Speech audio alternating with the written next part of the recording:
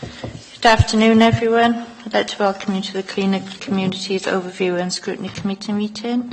Can I remind members that the meeting is being webcast and to ask you all to use the microphones when speaking and to make sure your mobile phones or all noisy devices are either turned off or onto silent.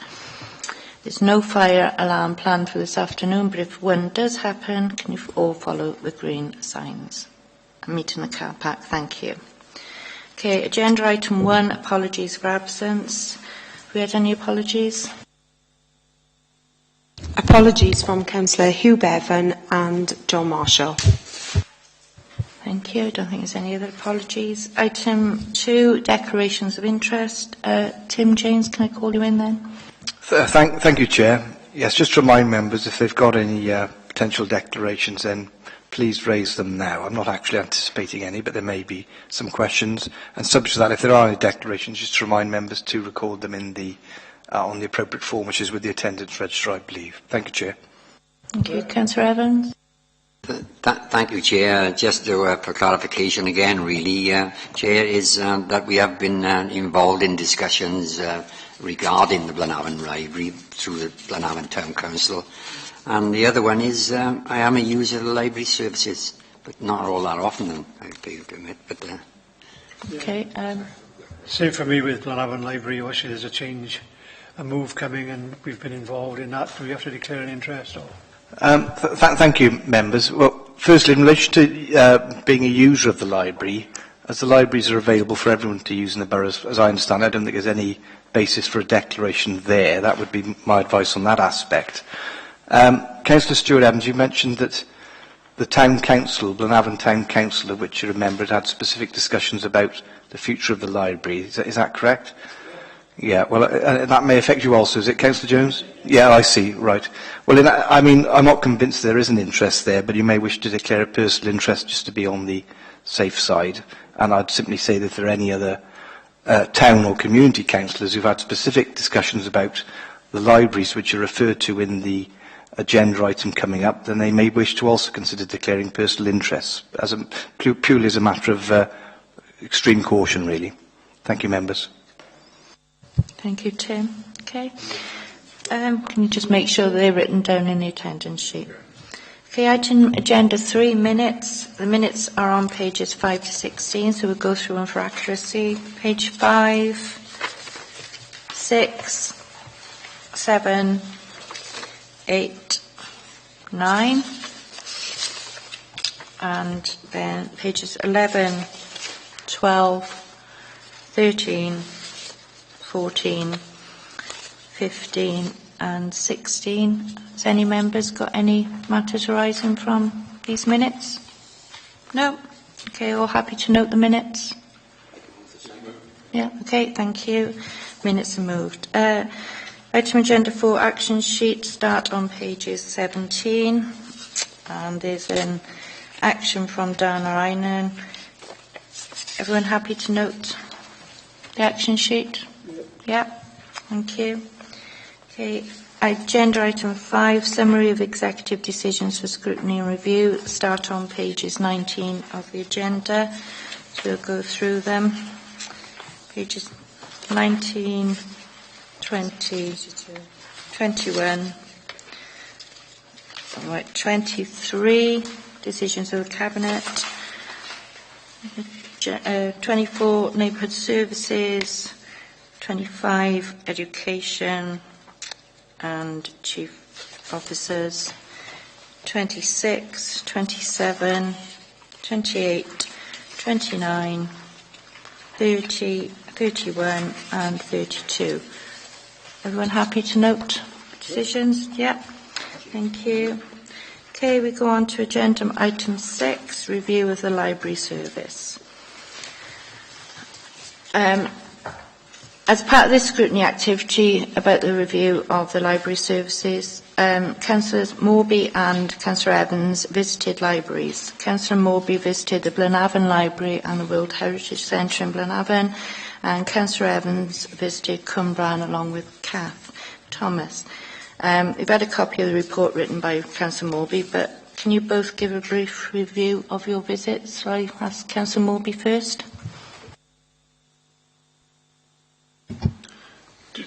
You don't want Christine George in for this, do you? No. Right. Okay. Yeah, I visited last week. I was shown around by Mark Tanner, the librarian there. The library currently situated is in an old building which has been, quite an impressive building actually, which has been used by the town council and for various other civic purposes over the years. It's a listed building. It is showing signs of age, but it is quite a historical building, I think, and hopefully will be retained, even though it seems now that the library services will move elsewhere. But, that's not our business, that's someone else's business, I suppose. It is pretty good as far as the library service, for housing the library service is concerned. It's got 2 floors, effectively. On the top of the top floor, there's the library itself. On what I call the first floor, because it's when you access the building from the car park, you have to go up a floor in order to get to the library itself. Although on the other side of the building, it's actually the ground floor, if you see what I mean. So, there are lifts or a lift which functions from the lower ground floor through the ground floor and the first floor. So, and nice wide corridors. So pretty good access for those with mobility issues. And lots of activity going on. And fortunately, on the day I was there was a mother and toddler group in the community room. There are also lots of IT for the public to use, sort of segregated, well not segregated, but allocated between adult use and children's use. And they have appropriate programs to suit both categories. And then upper floor again is the actual library proper, split into 3 sections, fiction, non-fiction and children's section. And again, you've got more PCs up there for training, IT training. They're making good use of the facilities they've got and are keen to continue with those facilities. In particular, one which the library service as a whole has been pursuing, and that is the Every Child a Library Member initiative, which is a sort of follow-on from the Make Time for Children to Read project, which started a few years ago. Now, most of the primary schools in Torvine are signed up to that programme, which is increasing the number of library users amongst children significantly. They've signed up about 1,000 primary-age children to be library members since that commenced. And there's only 3 primary schools in Torvine who've yet to take that forward. I don't want to mention which they are, but because it may be that they have plans in place and will do so soon. But I think it might be appropriate just to refer, as a committee, I would like you to refer to the Executive Member for Education that this scheme does seem to be working well, and perhaps he could, or his officers, do something to make sure it is got 100% coverage within Torvine rather than having 3 who aren't participating. That's not to say they won't or don't intend to, but a little chivying along might help. One of the problems of having the library where it is now and the amount of staff they have there is that the opening hours are fairly restricted. Mondays and Thursdays they are open between 9 and 5, or 9:30 to 5 I think it is. On Tuesdays they're only open in the afternoon 2 to 5, and they're open on Saturdays from 9 o'clock till 1 o'clock. And on Saturdays there are reading clubs for both adults and children. But of course, in terms of access, the time of opening is quite important as well. So, but having been shown around there and fairly impressed with the facilities and the use that was being made of the building, the librarian took me down to the World Heritage Centre. I knew where it was anyway, I'd been there before, but and we had a look around that in context, of course, looking at that from the the perspective that all the current facilities in the current library will be transferred to that building. And although there is sharing of space, actually I think that can be used to positive advantage, because some of the library stock will fit in with the purpose of the World Heritage Centre anyway. So within the sort of the main presentation room within the WHC, there will be a library stand which will actually complement what the WHC is all about anyway.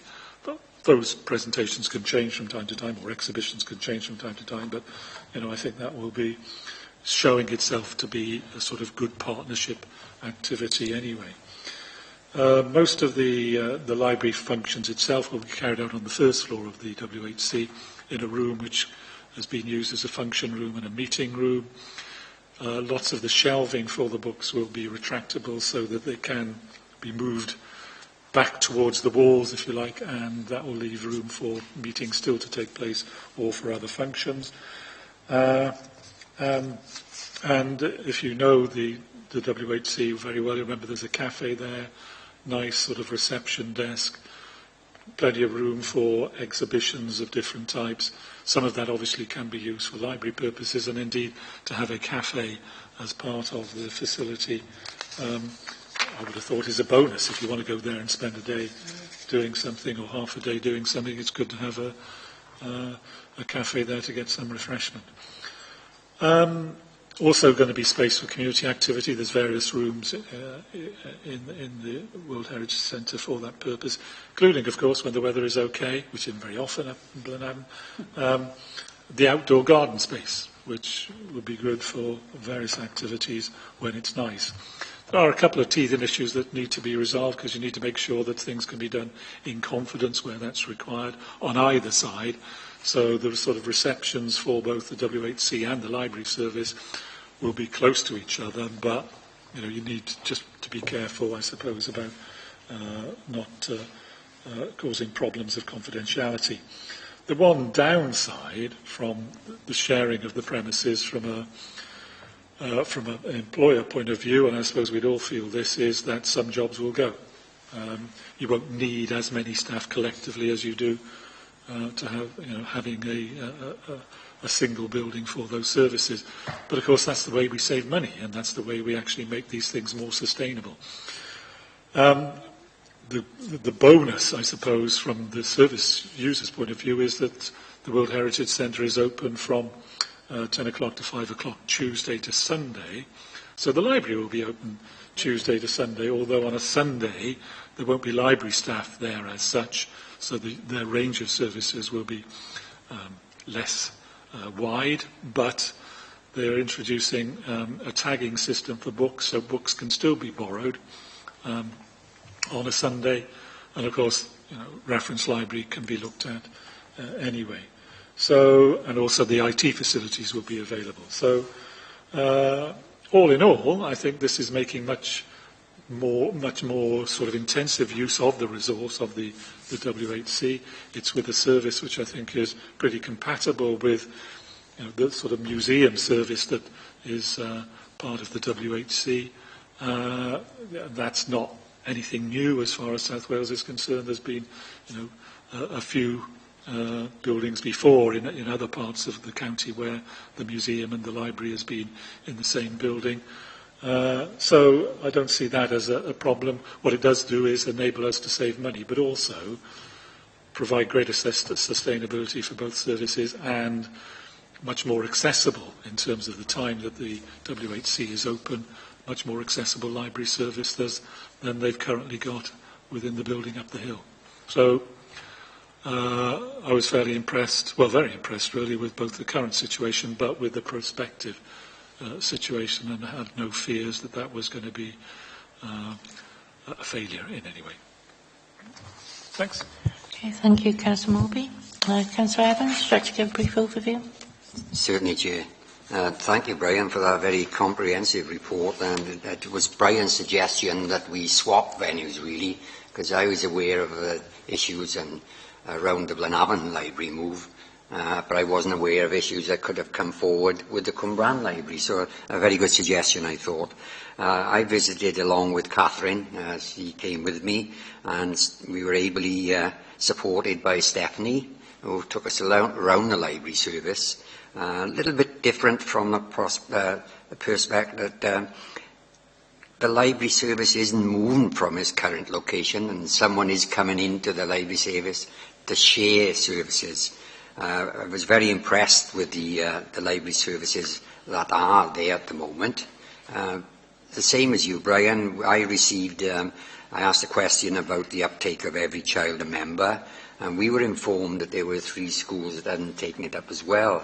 Now, whether the 3 schools are the same ones that you referred to in your report, or whether it's another 3, but I'm glad you raised the question about taking that back to education to explore that further. Lots more room in the Cwmbran Library, I felt.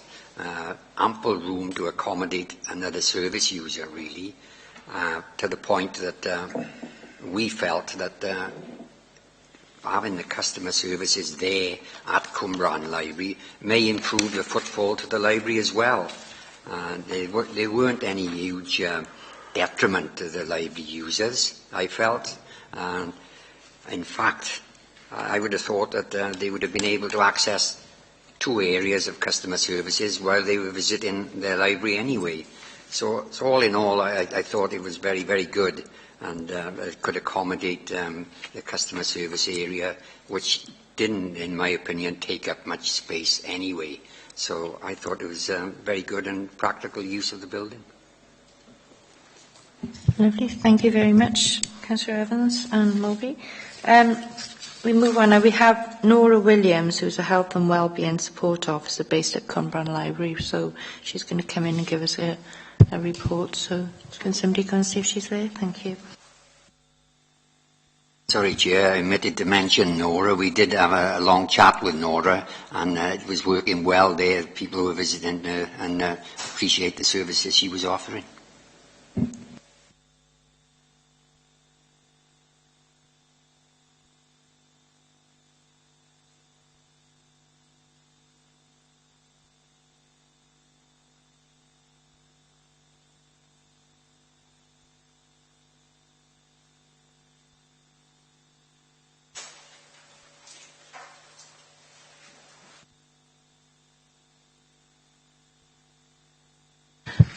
Afternoon, Nora.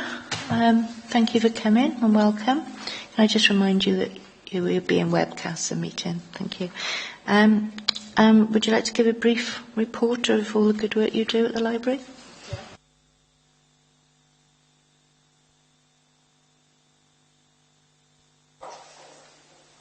Yeah, thank you. I prepared a bit of a brief for you so that I don't go off track. Okay. Right, so I'm Torfaen Library's Health and Wellbeing Information and Support Officer. It's probably one of the longest job titles in the council workforce, but it's certainly one of the most rewarding. The cancer-specific service, funded by Macmillan Cancer Support for 3 years, was well received and very well used, with 3,500 people accessing the service. The service was used by those with a diagnosis, was used by their friends, family members and carers. Also, the Worried Well, allied health professionals and social care students. The service justified local provision of information and support of cancer issues, but also identified a similar need for provision of such for the other conditions prevalent in Torfaen. In 2013, extra funding was sourced from Cymru to broaden the service to include cancer, cardiovascular disease, dementia, mild mental health issues and healthier lifestyle choices, but it's also open to other condition inquiries. Another important strand of the service is identification of carers. Carers UK figures for 2013 suggest that 711 Torfaen caregivers were not claiming benefits. These were worth £2.2 million collectively per year. Not only is this money that could improve the quality of life of the carer and those they care for, but it's £2.2 million that's lost to the local economy. Not having a general hospital in the borough, Torfaen residents often have to travel at distance for their treatment. So I think it's very important that they have access to information near to where they live and work. We hear more and more about our ageing population, self-management of conditions and accessing support from the community. But when you have a diagnosis of a life-changing illness, where do you start your search to link up with that support? Ill health never comes alone. It's always accompanied by issues, whether they are financial, practical or emotional. The desired outcome for the service I deliver is that people are independent and can make their own choices because they have access to information and services. Ill health robs the individual of choice. I try to redress that balance and empower the person to make their own choices and take ownership of their situation. I work 2.5 days a week. I'm based in Cwmbran Library and offer drop-in sessions at Pontypool on Thursday afternoons. There are health information points at all libraries offering booklets and leaflets from Macmillan Cancer Support, the British Heart Foundation, the Alzheimer's Society, Diabetes UK, the Stroke Association and British Lung Foundation. All this information is accessible whenever the library is open. I also carry a wider selection from which to draw as and when necessary. The information needs of the service user have been considered with large print, Welsh language, foreign language and learning disability formats available, with some resources being available in audio and DVD formats. At each library site, a locality book is available. This contains helpful contact details to information and support locally and nationally. The drop-in sessions have proved very popular. All sessions are totally confidential and the client's consent is always sought if and when a third party's involvement is necessary. Providing information is not enough. If the recipient doesn't read it, doesn't understand it, or doesn't know how to make best use of it. Part of my role is to give the client the appropriate level of support so that the information, whether it's written or electronic, is of benefit to them. I realised early on the importance of the listening ear aspect of the service. Clients need to be listened to. They need to verbalise their feelings to someone not directly involved in their situation. The result of being able to unburden is palpable. Whilst I'm willing to listen, I always emphasise that I'm not a counsellor, and if the client needs something back, I can refer them to effective counselling. So I'd like to give you a few examples of the type of things that come through my door. A lady was concerned about her elderly father. He had recently had a tumour removed from his face and would be having chemotherapy and radiotherapy to the affected area. She was concerned how this could be done. I'd recently visited the radiotherapy planning room at Velindre, so was able to supplement written information by telling her about the process of making a mask to shield the healthy tissue. She went away feeling better prepared to support her father through his treatment because she knew what to expect. A young lady with low self-esteem and anger management issues felt fobbed off by her GP when he gave her a contact number for a local mental health agency. She was frustrated, emotional, and afraid that she would hurt herself or someone else. We spoke at length, and when I offered to contact the agency on her behalf, she agreed, and when encouraged, she took over the call. She made arrangements to access their anger management sessions, and I feel that without my input, she would not have made that call. A lady who was caring for her husband called to say that his condition was deteriorating. He has prostate cancer. He was unable to lie out flat and was spending his days and nights bent up in the same armchair.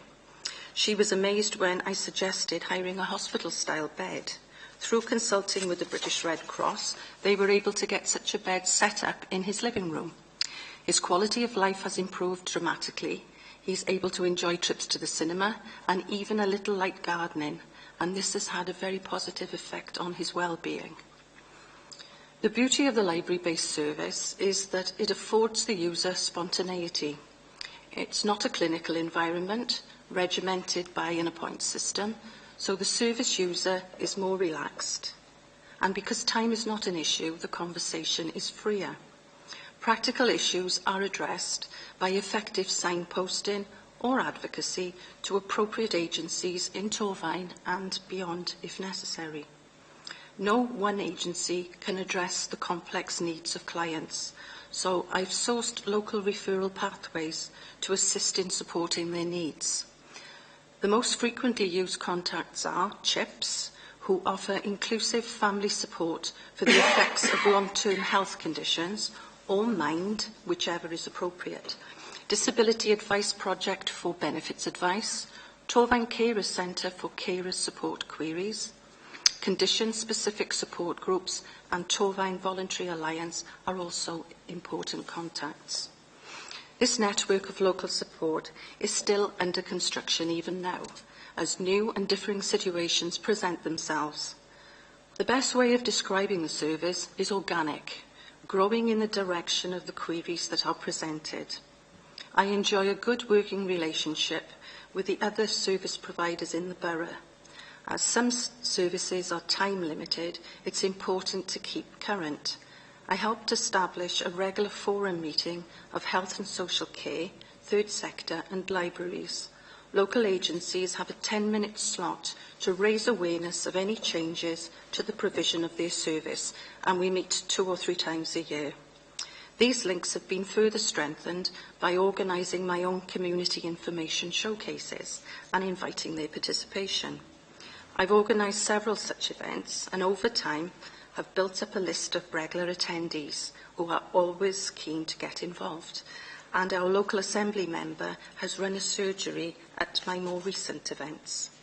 The first event I organised was You'll Feel Better, where I invited in agencies that provided goods and services to engender a feeling of well-being in people affected by cancer at Christmas. At that time, I was solely funded by Macmillan Cancer Support, hence the emphasis on cancer. A case study of my Healthy, Wealthy and Wise, I've brought it here, was selected to be included in the first incomplete field guide to wellbeing in libraries. Know Your Numbers is Blood Pressure UK's flagship awareness campaign. It encourages adults across the UK to know their blood pressure numbers and take the appropriate action to reach and maintain a healthy blood pressure. My event to support this campaign was my most successful, with 31 participating agencies and 700 people attending. The Stroke Association registered the event as an official Know Your Numbers event. 41 blood pressure readings were taken, with 10 referral to GP notices given, of which 3 were urgent. Carers events are always popular. I think it's having so many agencies available in one place at one time, and it provides a visibility that raises awareness of those services. Here's an example of some feedback received. I gained so much information from the day and now realise we are not alone because there is so much help available to us. I can now see light at the end of the tunnel. This week just happens to be Carers Week, and there's an event in Cwmbran Library at 10 o'clock on Friday. Outreach is an important part of my role. I attend local events working with health and voluntary organisations, including over 50s events, local assembly members' super surgeries, housing association and carers events. I've always been keen that my service is regarded as an integral part of the library service, so I join with the information librarian to offer talks to local groups. We visited chapels, Age Connects friendship hubs, and ladies' and men's special interest groups. The general feedback is that people are pleasantly surprised to learn of the many activities that are happening in their libraries. A recent addition to the service is health literacy sessions, co-written with a library professional. Sessions are for use with local groups. I use a PowerPoint presentation identifying what health literacy is and the perceived barriers to it, who would need it and where to find it. My colleague uses a whiteboard to demonstrate how to source good quality health information online. We provide participants with laptops to add an interactive dimension. And again, the next session for one of those will be at Cumbra'n Library next Tuesday, and that starts at 2 o'clock. I was pleased to accept an invitation from the Health Promotion Library to make this presentation to regional frontline library staff as part of a training session to improve their handling of health-specific inquiries. The service at Cumbra'n Library has seen the greatest uptake, so I spend the biggest part of my time there. Staff at the other libraries are aware that if my services are required there, I will meet clients at any time their respective library is open, even if it's not during my allocated hours. At Cumbra'n Library, I have plenty of room to display information resources. The library book stock has been rearranged with the health and wellbeing titles brought down adjacent to the bespoke hub, creating a health and wellbeing zone. I've compiled a carers collection that comprises of titles to assist carers in their role and also to help them take care of themselves. In this area, you'll also find the book Prescription Wales titles.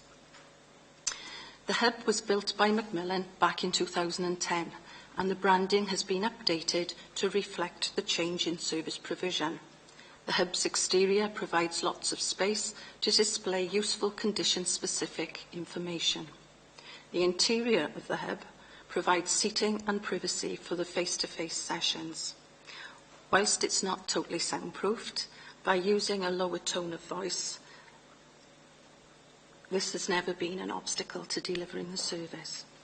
Service provision includes therapeutic reading sessions. These build on the premise that reading aloud engenders positive mental health. In Torfaen, we have 5 such groups. I run my group, Book Cwtch, every Tuesday morning in the hub. It's proven to be lively and enjoyable. A bond is formed amongst the participants, and taking the reading as a starting point, the conversations have been diverse. One of the gentlemen is a Vietnam veteran. Through exposure to Agent Orange, he is in constant pain and suffers multiple neuropathies. He also has frightening flashbacks due to traumatic stress disorder. He has led an extraordinary life, but now is wheelchair-bound. He cannot speak more highly to his doctors of the good he feels these sessions are doing him, and he regards it as a lifeline. He says it makes him feel involved in living again.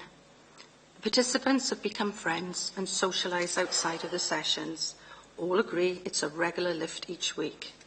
I believe the hub has been a unique selling point and has greatly contributed to making the service the most successful of the 4 South East Wales library-based services originally funded by Macmillan Cancer Support.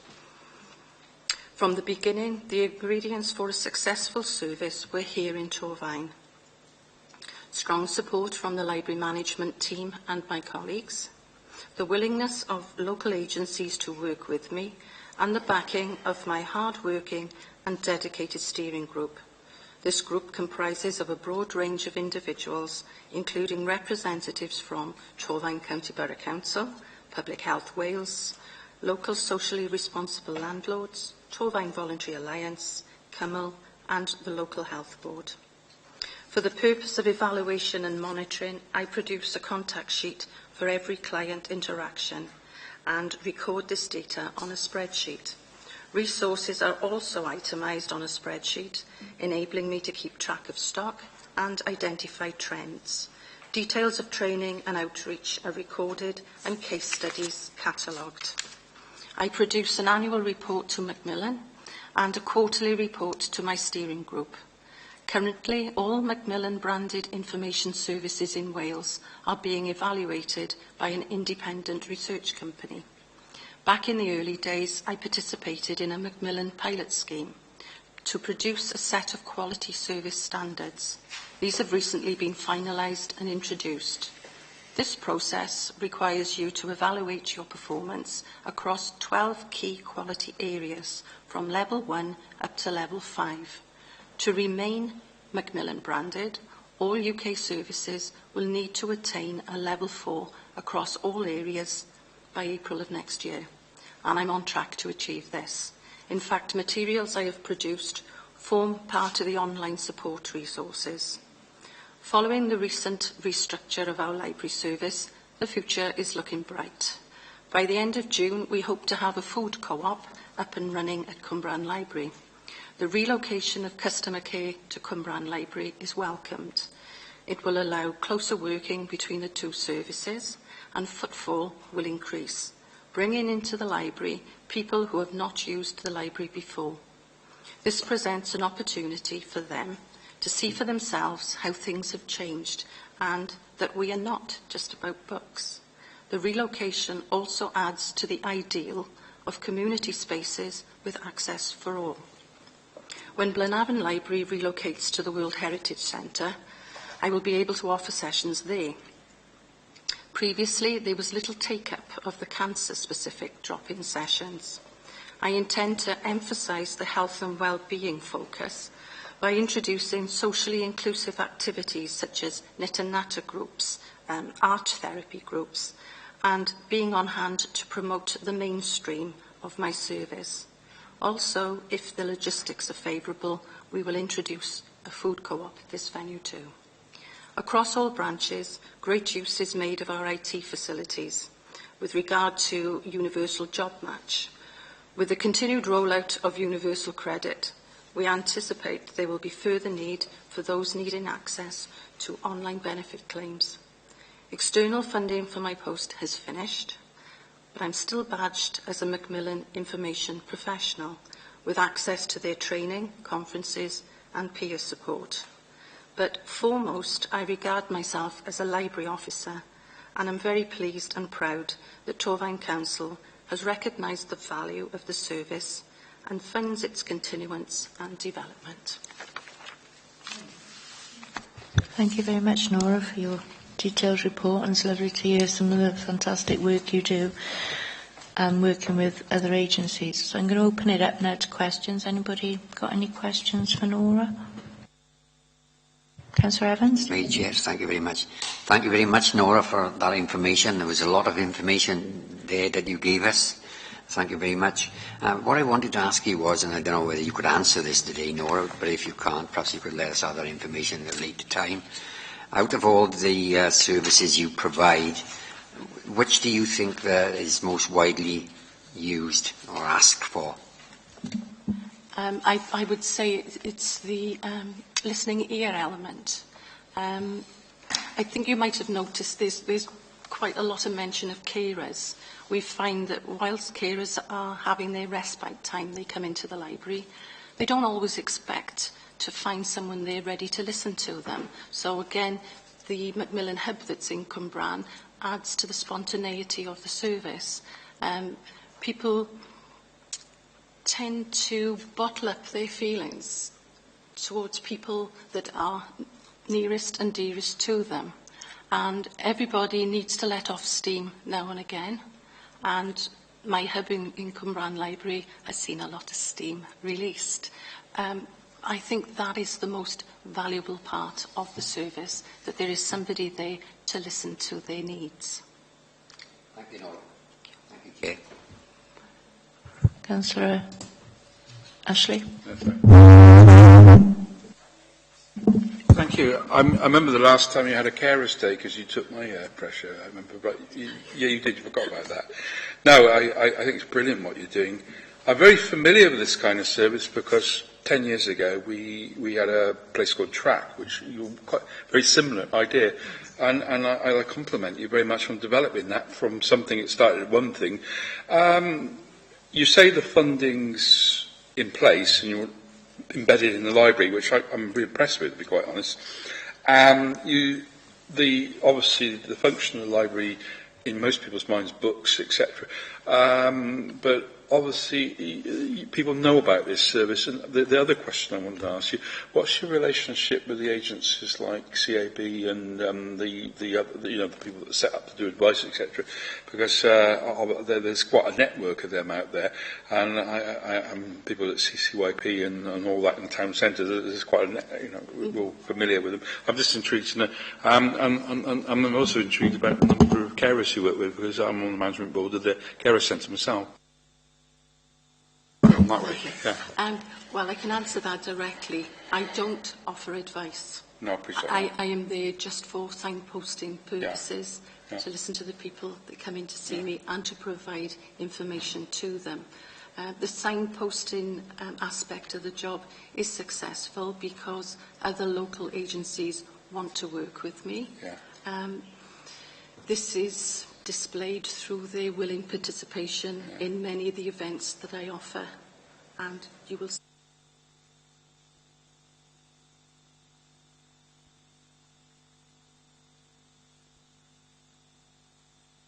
Yeah, with regard to carers, because that wasn't just because you had, I know you had the new autism group in there. Did you work with them? No, I've not worked with them. I'm aware that they are there. Right, thank you there. Okay, thank you. Any other questions? No? Oh, Councillor Evans. You mentioned earlier, Nora, about going out to visit over 50 forums and the like. How do you access that request to visit there? Well, I promote the service as widely as I'm able to using Torvine's communications team. I'm including it in as many directories as are appropriate. My involvement with the over 50s, basically I was contacted and asked if I would like to go along and explain the service that I deliver.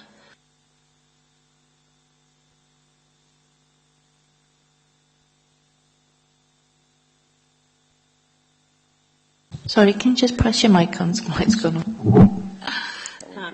Right, we started off as a cancer-specific service, and then we changed once the Macmillan funding had come to an end. So I've had to kind of restyle myself and make people realise that we are not any longer cancer-specific. So I welcome any opportunity to come out and talk about what I do, and also to come out with colleagues from the library to inform people that, the perception of libraries as somewhere quite quiet, stuffy, no longer exists. Can I ask another one on the back of that, please, Chair, is how many requests have you had from organisations to come out and speak to them? I've had about a dozen, I suppose. Thank you, Nora. Hi Nora, I'm Alan Jones from Blaenavon. Just what you mentioned earlier about moving or adding the service into the Blaenavon area, into the new library. What's the timeline for that, please? I'm not altogether sure of the exact time that we will be relocating, but I know that it's imminent. There's a lot of preparation to be done at the present location, but as soon as all of that is complete, I believe that everything is in order for us to move there. But perhaps you'd like to get that confirmed when you speak to the hierarchy. I'll take that on board, because it's very important, as I see it, to have that in Blaenavon. Can I just come in on the back of Alan's query there, Chair? I mean, I spoke to Nora some time ago about the facility at Blaenavon Library, and Nora came back to me and provided the facility. But unfortunately, as she pointed out, the take-up was very, very poor, wasn't it? Yes, the take-up was rather disappointing, but as per our conversation, I think that it's the idea, the further you go up the valley, the more of a community that there is there. And I think people tend to handle their own issues themselves. So I felt quite privileged when people from Blaenavon actually did come and seek out my service. And I can say that with confidence because I'm a Valley girl myself, so I do know how these things work. Okay, thank you, Nora. Councillor Morby? I haven't got a question to ask because I'm one of those on the steering committee that Nora referred to, but that's a sort of wide-ranging agencies, wide-ranging number of agencies on that steering committee, and both at the time where it was wholly Macmillan, but also subsequently the number of agencies and voluntary organisations who are still attending is, I think, testament to the good work they recognise is being undertaken by Nora and the value that her services have for the community within the sort of the healthy needs, that's those who need health support. And as Nora said, she's terrific at putting people at their ease. She didn't say that, I said that. But she is a signposter to the appropriate services and has got a lot of expertise, which is much valued. So thanks very much. Yes, thank you, Nora. And it's lovely to hear the valuable work that you do, both in Cwmbran, and I'm sure the extension in Blanavon will be welcomed greatly. So thank you for coming along today, and wish you well. Thank you. Thank you very much.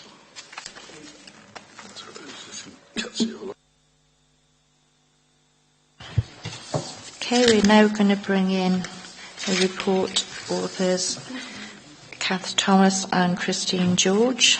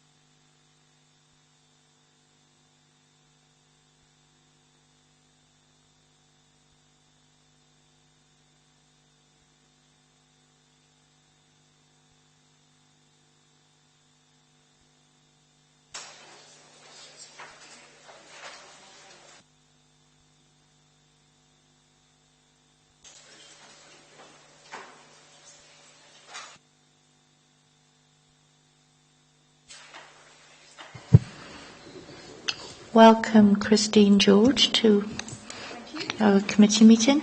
Just to remind you that we're on webcast, so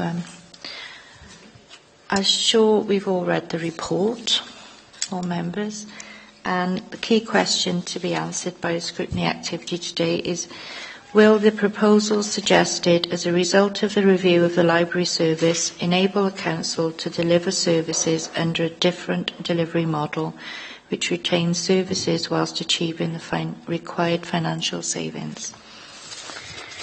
It's entirely up to you whether you want to give a very short overview of the report, but I'm sure as all members have read it, we can go straight to questions. How do you feel? Questions or?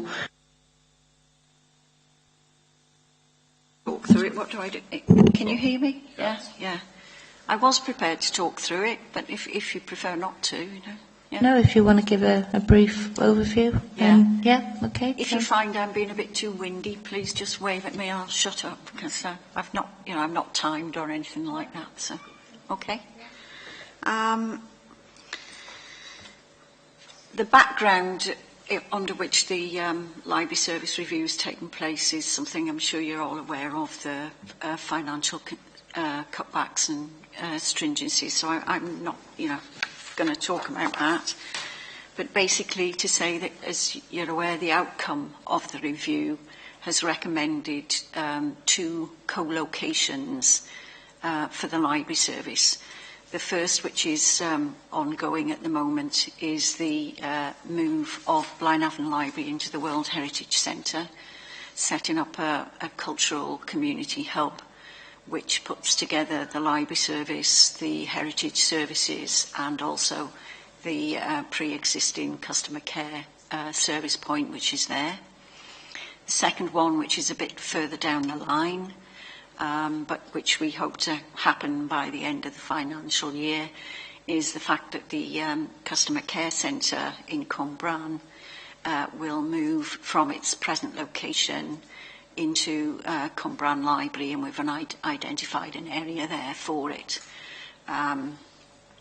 Some issues, I believe, with the lease are being sorted out there, and once those are seen to, we can progress the co-location a bit more quickly, hopefully.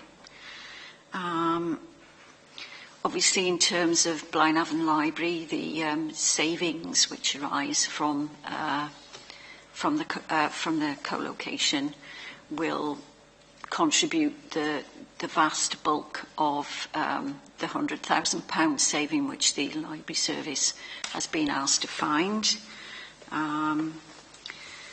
But apart from the fact that it will produce savings, we see it as a very welcome move in terms of the way that it'll bring services together in one location with a crossover of services, increase in footfall, and importantly for the library service, it will increase our opening hours. Blaenavon is currently open for 21 hours a week. When we move into the Welsh Heritage Centre, we'll be open for exactly double that, 42 hours a week, including a Sunday service through a self-issue terminal. Sunday won't provide access to the whole range of resources which we have, because only part of the building will be open, but there will be quick choice and self-service. So, you know, it's a great improvement in terms of library opening hours.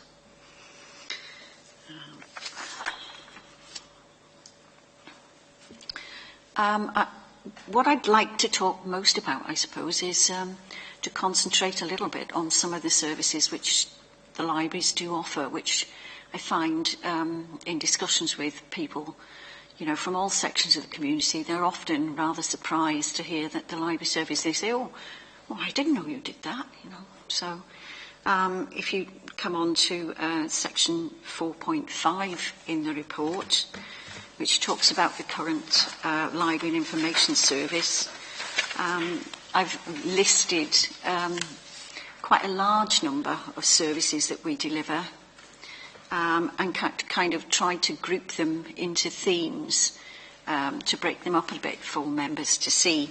What I would like to point out is that there's often an overlap. It's not clear distinctions between those services. There often are overlaps within those categories, but I've broken them up to kind of make them a bit more digestible, if you know what I mean. In terms I would like to talk about support for job seekers, because I think it's possibly something which people are not terribly well aware of, is that since the Westminster government introduced changes, and job seekers now need to verify the fact that they are looking for work. They need to do it online. They need to use the government's website. A lot of job seekers are in a position that either they don't have their own IT facilities at home, or they may not have the necessary IT skills for them to be able to produce that kind of evidence. And the library is one of the main places where job seekers come to be able to do that, to do the job searching. In the past, in the previous 12 months prior to the one under review here, we experienced a 10% uptake in the number of computer available hours which were being used in the library service, public computer hours. And there are two factors behind that. One was we had previously encountered a lot of difficulties with our hardware. We had quite serious problems because much of it was ageing. And we also had ongoing printer problems which seemed very, very difficult to resolve. And that drove a lot of customers away. So in that 12 months, we had an investment of £10,000, which made a big difference, a big improvement. We resolved the printer issues which were causing dissatisfaction with IT users, but we also saw the development of the online job searches, and that 10% increase is almost certainly attributable to those two factors.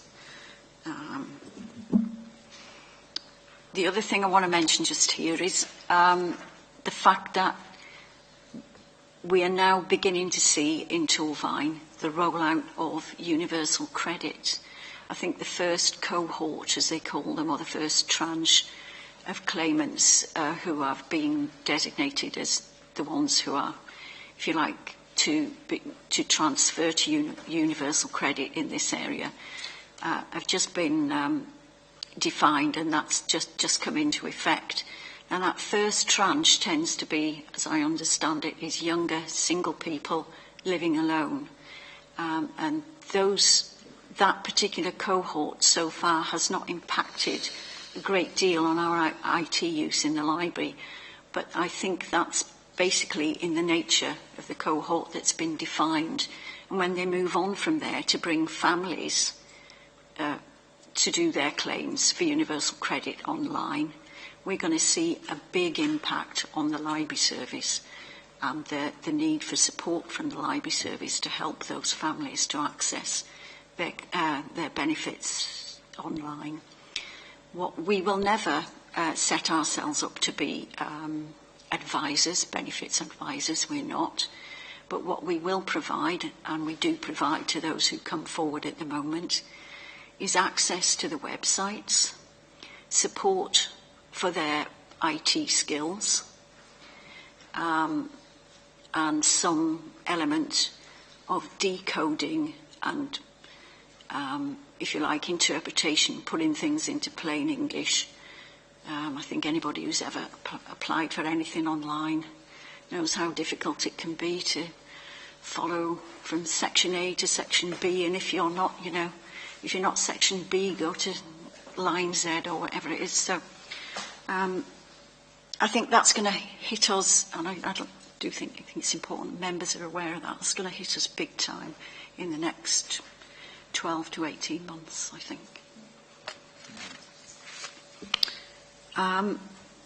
Nora Williams has just been in to talk to you about the Health and Wellbeing Service, which is we're extremely proud of in the library service in Torfaen. It's one of 4 existing services which were at least originally sponsored, funded by Macmillan Cancer Support. Ours is broader now than a Macmillan service. It caters for people with a range of chronic conditions and long-term health problems. Of the 4 services in South Wales, I can categorically say it is the most successful, and we're proud of it. It has a very strong steering group, which Councillor Morby is a member of, and we're very grateful for his input. I'm not sure how much members are aware of the therapeutic shared reading groups that we run. We have 4 currently in Torfaen. We have 3 members of staff who are accredited facilitators for therapeutic shared reading. Sorry, I don't want to bang on if Nora explained to you what shared reading was. Did she? Yeah, okay, so you're okay with that. In terms of learning opportunities, we're involved at the moment with Every Child a Library Member. We're coming to the end of our involvement as a pilot scheme. We're pleased to hear that we've got funding to carry on doing it next year.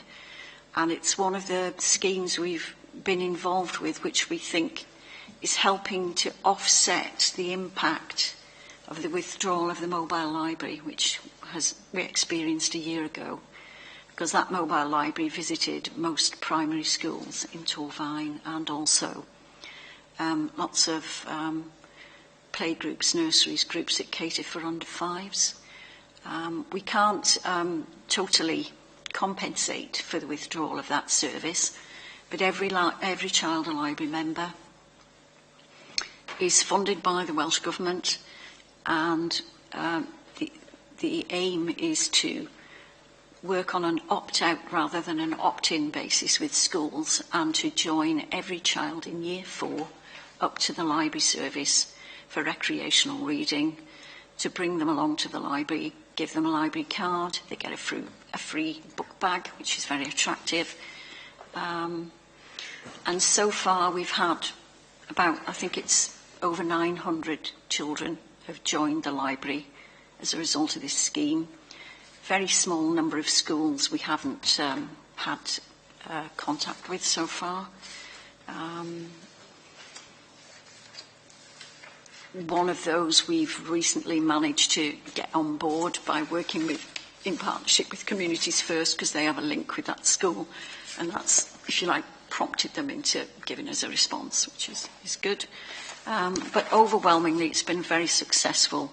Many of the cards that were given to the kids when they first came for their visit have been reused. So in terms of ongoing membership of the library, obviously they won't all return to us, but hopefully a good number of them will, and will develop a reading habit, which can only be good.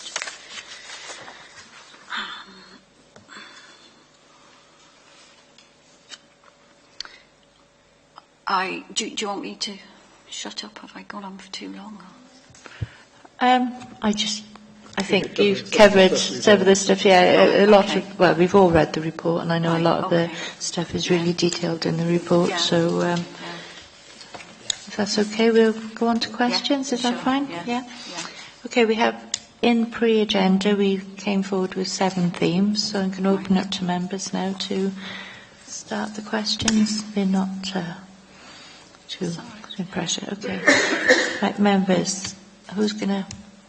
Anybody want to start the questions off? Councillor Seaborn? Good afternoon, Councillor. Hello. Councillor Phil Seaborn from Fairwater. Nice. Accessibility. Cumbrian Library has stairs and a small lift. With the anticipated increase in footfall once the changes take place, is it fit for purpose, and will it be fully DDA compliant? Thank you. That's very kind of you. Well, it is regarded as fully DDA compliant now, yeah. The improvements that were done to our meeting rooms about 18 months ago now, I don't know if you remember the lecture theatre that existed in Cwmbran, was we had a Cymru grant of, I think it was £80,000, and it was converted into 2 separate rooms, and the floor was levelled, which was a prerequisite of having the grant, that it would be made flat and accessible to people with mobility problems. If you're thinking about, could we have a bigger lift, I don't think there's anyway in the building. I'm not a technician. I stand to be corrected if anybody wants to come in, but I don't think it's possible to put a bigger lift in there. There are plenty of ramps and, for people to navigate their way around the library. We have lots and lots of mums with buggies come in for our baby rhyme times under 5s, so it's used by people of all ages and with mobility issues of a number of varieties. Okay, thank you. Councillor Evans? Do you want me to go on to the next question, Chair? It's not a supplementary. Thank you very much, Christine, for your information. Very useful. Is there sufficient disabled parking at both libraries once the changes take place?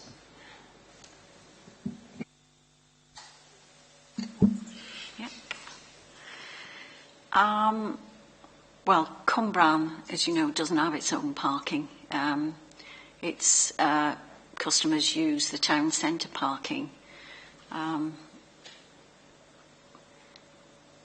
I think one of the biggest assets that Cwmbran as a town has got going for it is its free parking and its abundance, and the fact that there is plenty of parking for disabled people. So I don't really think that's an issue.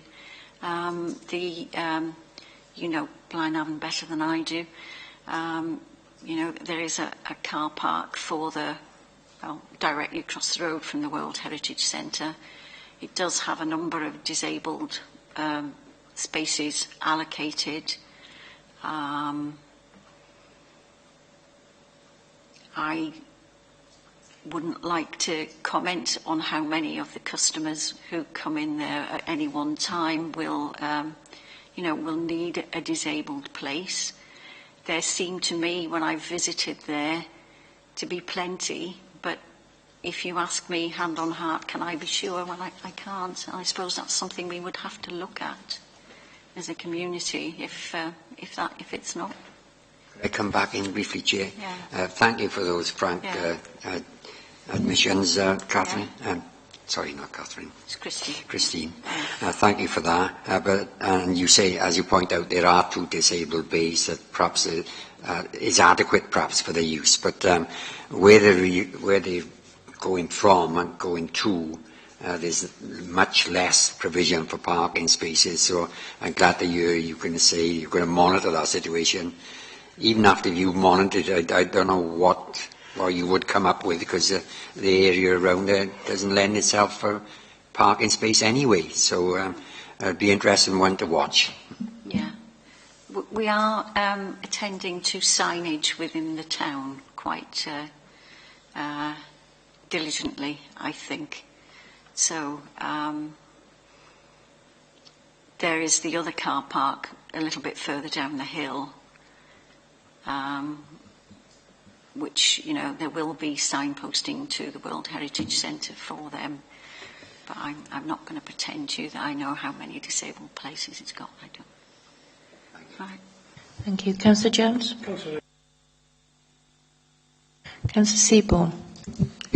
If I could just come back to Cwmbran and the movement of the customer care centre. Most disabled users using the customer care centres can park directly in front in General Square.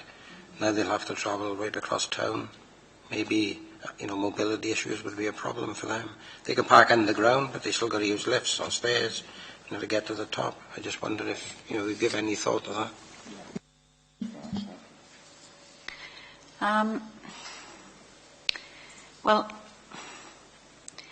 in a sense, what I have to say about this is this is not solely driven by the library service. So the decision to move in there isn't necessarily made by us alone. It's been made corporately. Yeah. No, I don't take it personally at all. Not at all. Duncan, understand you? Okay. Councillor Cross. I was only going to come in and say that my understanding is there's loads of spaces underneath what I call the Boots car park, and it's not difficult to access. In fact, I go across it quite often, and they're empty, which is great. It means that there is provision available to those who are disabled, as well as, in addition, the fact that the spaces are free. So I don't really see an issue there for Cwmbran. I think Cwmbran, the asset it's all flat. There's plenty of lifts. There's plenty of car parking spaces. So it's I can't see a problem. Councillor Ashley. Yeah, could I add to that? But to get from the disabled spaces, you have to go up the other end of the car park, into the lift, and then back down again if you have mobility issues, because the actual lift is right up the other end. And if you look at where the disability issues are in the Boots car park, as you call it, I can't think of the proper name of it, something 1 or 2, isn't it? But the actual disability ones are on they're either in General Square or they're there. So there may be, I was saying, it's actually there is a set of stairs that takes you up and brings you out more or less in the entrance to the library, but that's not too bad. There are actually disabled people up there. I actually regularly see this all the time. I don't even use a car, but I notice that. But there are a lot of car parking spaces and lifts in Cwmbran, which is so it is accessible more than Yeah. Blenavon is at the moment with... Right. Yeah, and I appreciate it. Okay. But the other issue with that is that sometimes that car park on busy days does actually get very, very crowded.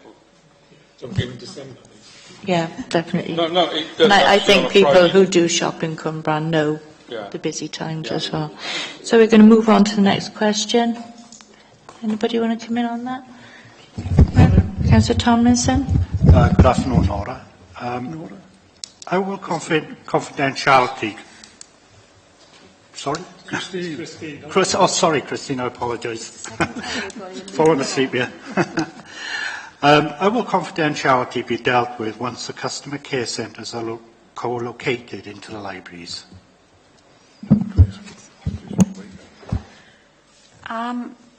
The area of the library which has been identified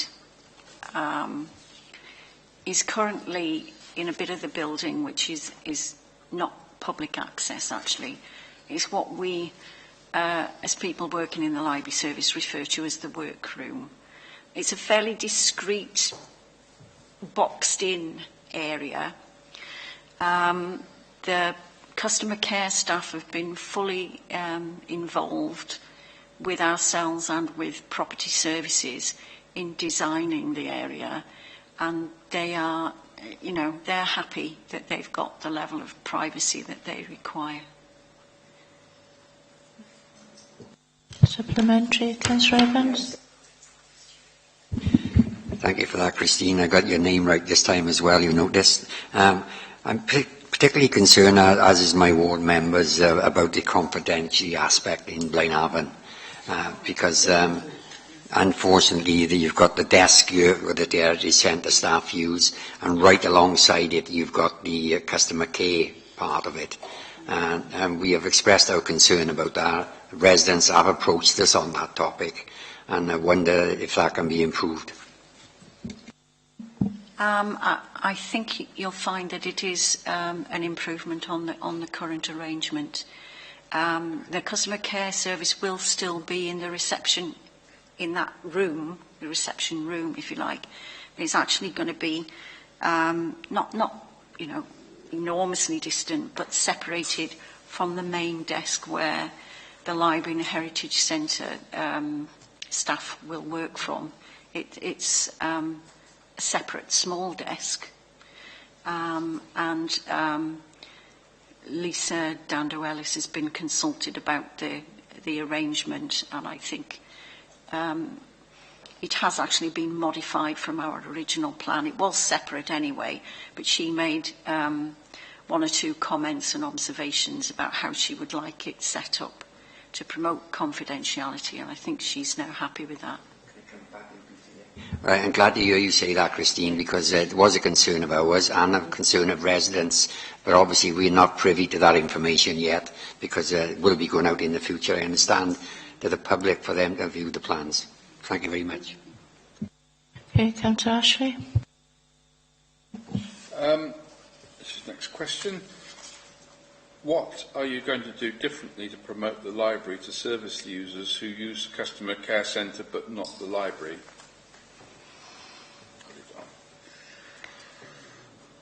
To customer care centre users. I shall repeat it. Yeah. What are you going to do differently to promote the library to service users who use the customer care centre but not the library? In other words, how you get them in? Yeah, right, well. Well, I think, It's an opportunity. yeah, they will, they'll be coming to the library to deal with their initial, whatever their issue was that they wanted sorting out with the customer care centre. To get to the customer care centre, they'll be coming through the library. They'll be directly exposed to the resources that the library service has to offer. So there's an opportunity, if you like, for us to, I think the trendy word is upsell the library service to, to the customer care centre users.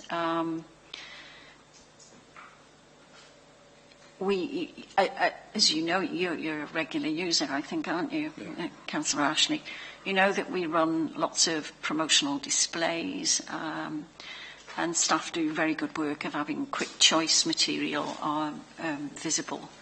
So I think, we are aware of and alive to the fact that this is an opportunity, and one which hopefully will benefit the users of the customer care centre, with that range of services that we can offer, particularly to their families, to them and their children, in terms of getting them to use the children's library to promote literacy, providing free access to materials, free PC usage.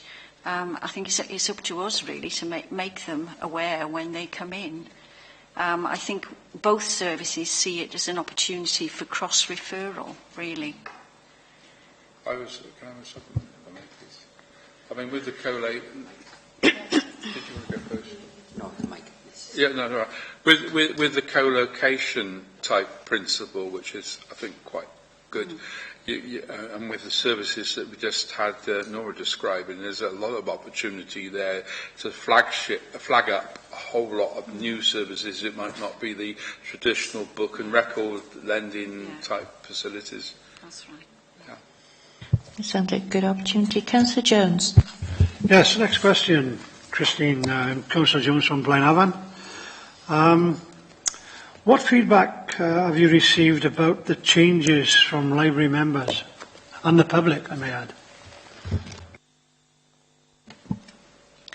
Well, the public, we're currently going through the staff consultation about the changes.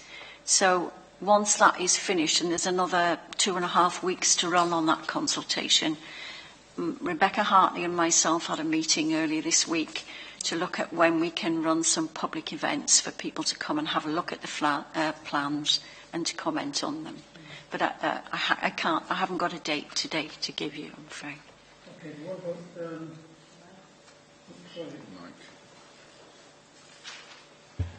what about, what about staff? Obviously, you see, there's going to be some staff changes, you say. Yes. Could you elaborate on that? I know we've gone off the point a little bit, but it's all to do with the same thing. Yes, I can give you details. Well, obviously, I'm not going to talk about people as individuals, but I can give you a rundown of the... and I have to say, these changes are principally structured around Blaenavon, but they're the changes that are taking place in the library service as a whole, not just Blaenavon, to bring about the £100,000 saving. We have 3 Saturday library assistant posts within our service, and those will be deleted from our structure. We have, within the library service, we have a full-time library assistant vacancy which will be deleted. The member of staff concerned moved away in January, so that post has been vacant since then, and that post will be deleted. We have 1 full-time library assistant who stands to lose 1 day a week because we will be adopting the opening hours of the World Heritage Centre. And as you know, the library is currently open on Mondays and the World Heritage Centre isn't. So that particular library assistant is affected. Some of our staff are facing changes to their rotas, if not to their hours. For example, we have a library assistant who, as you know, at the moment Blaenavon is open on Saturday mornings, and we will be open all day on Saturday. So one of the staff who currently works on Saturday morning is going to work on Saturday afternoon. And then this is the most complicated one to explain, so bear with me if it sounds a bit garbled, but we operate on a 2 weekly staffing rota. In week 2, on Thursday, there will be loss of a day for a library assistant, but who that is still remains to be determined, because there are 2 potential staff who could be affected. So, according to HR guidelines, they will have the opportunity to go through, if you like, a mini recruitment process for that day. I think maybe what you're also thinking about is what's happening to the World Heritage Centre staff, which is a different issue. Yeah. The reason I asked the question, because you said Blenavon's going to go from 21 hours a week to 42 hours a week, and we're talking about staff cutting. That's what I couldn't get my head around. Really. So you're adjusting shift patterns, I guess. Yes, and obviously we're bringing together to some extent the two sets of staff in terms of their work on the reception desk. They won't do exactly the same duties, but to some extent they will operate as a team, so that when customers come into the building, what's important to us is to make sure that they experience a seamless service, if you like. Thank you very much. Thank you. Councillor Seaborn. Thank you, Chair. If I could take you to the report, page 43. I don't know if you've got a report there. Yeah. Well, on our agenda. It's 516, the customer survey.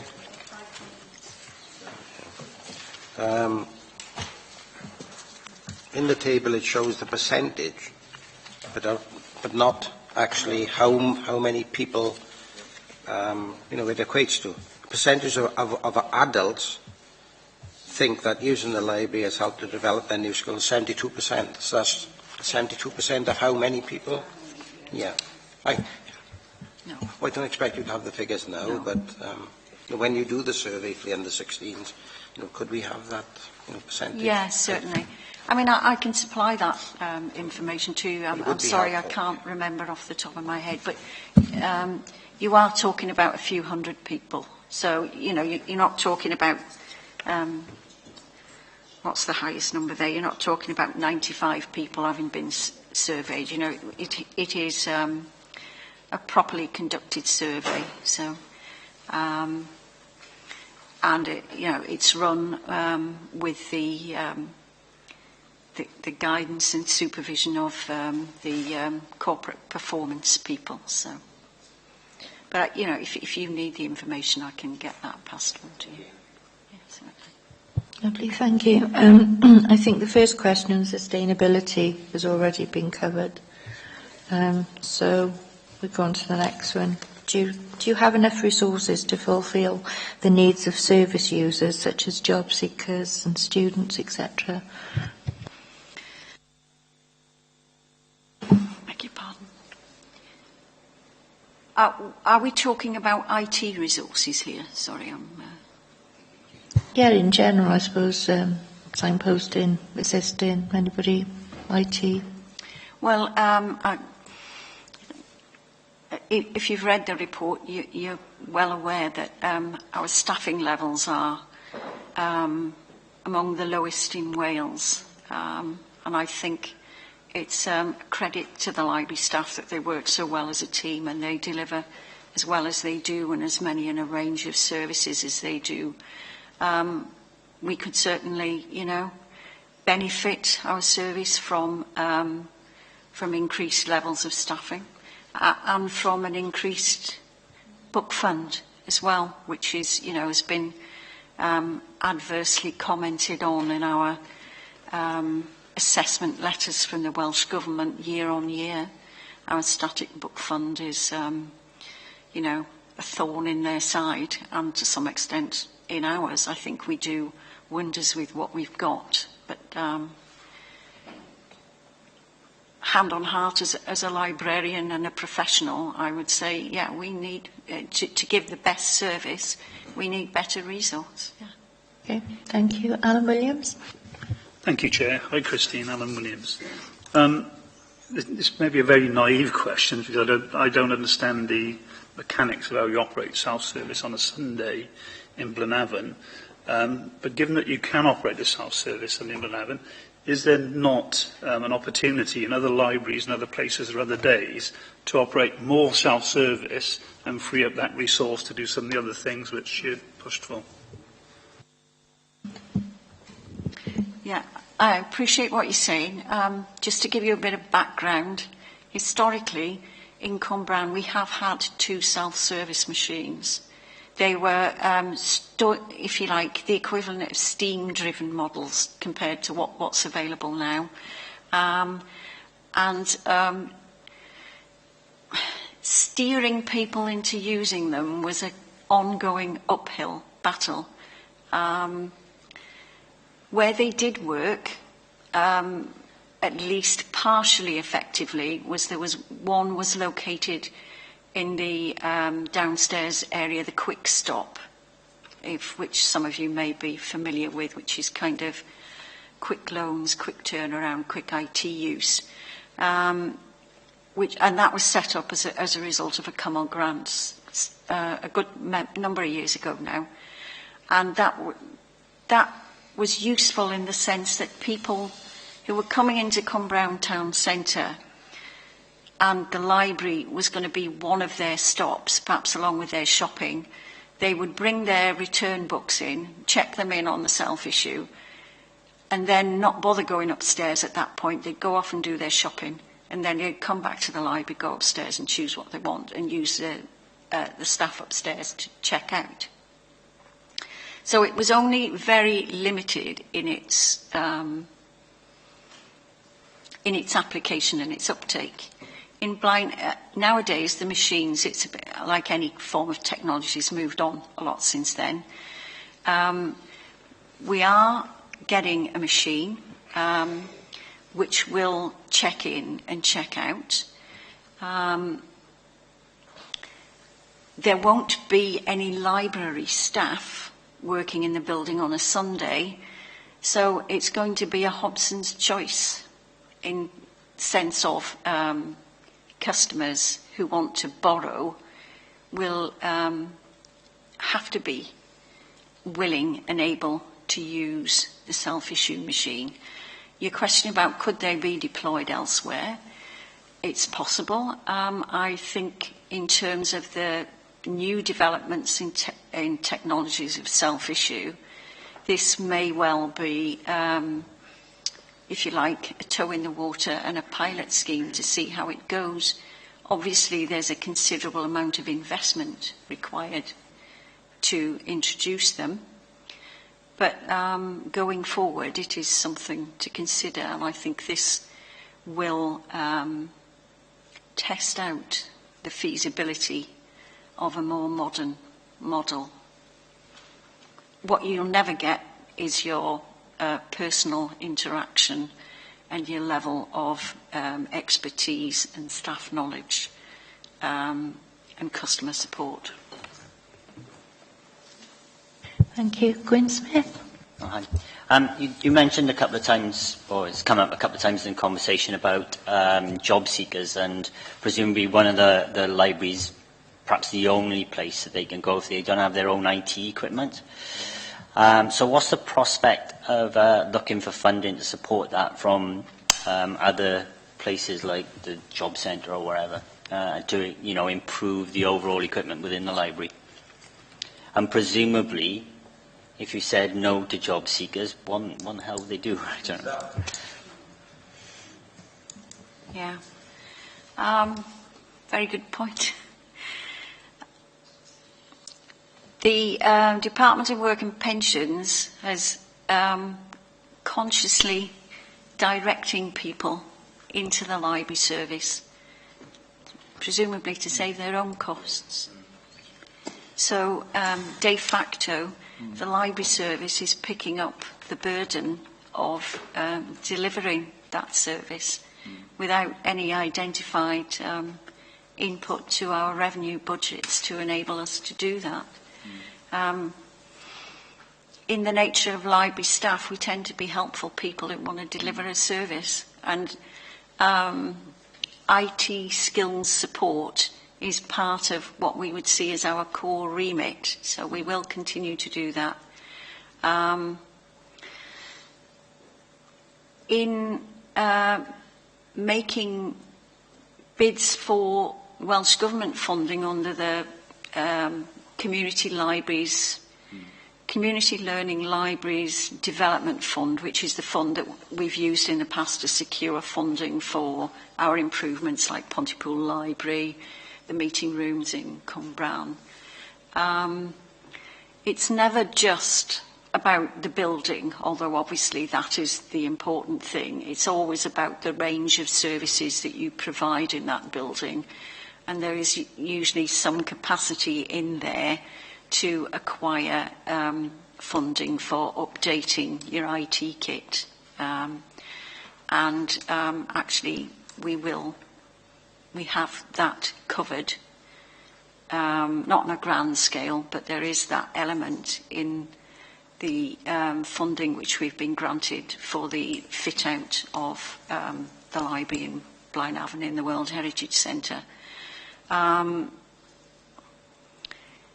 It would be great if there was a huge pot of money we could apply for, and maybe what we need is some, if members are aware that there is a pot, they could point us in the right direction. Do you think that's something that libraries all over Wales ought to be doing then, pushing back to say, well, hang on, this service should be be paid for and provided by somebody else? It's a two-edged sword, isn't it? Because what we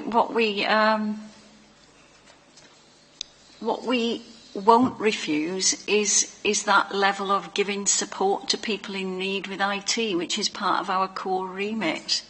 I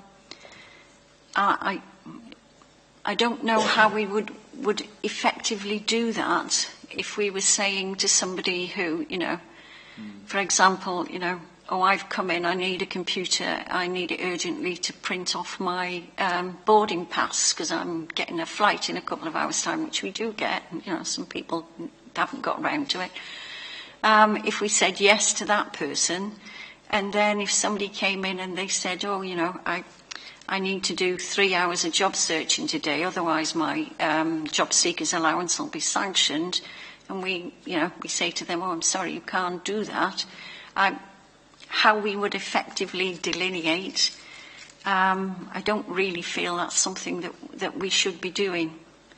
So how we would push it back, I don't know. I think you're right that we are being, if you like, I can't think of the right word, because scapegoated isn't the right one, but we are, if you like, being dogged in it to pick up the savings that the government wishes to make in terms of, supporting job seekers and claimants. Yeah.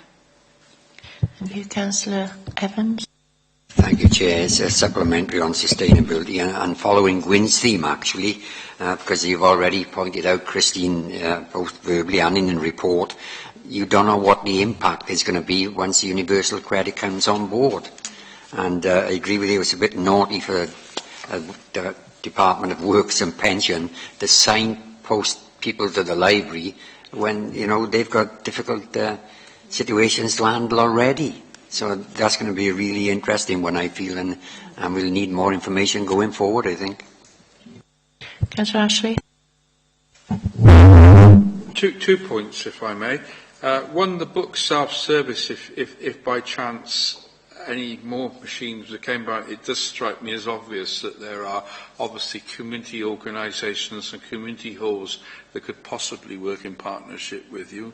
I mean, like Track gone certain partnerships, people like that have buildings that are open in the old community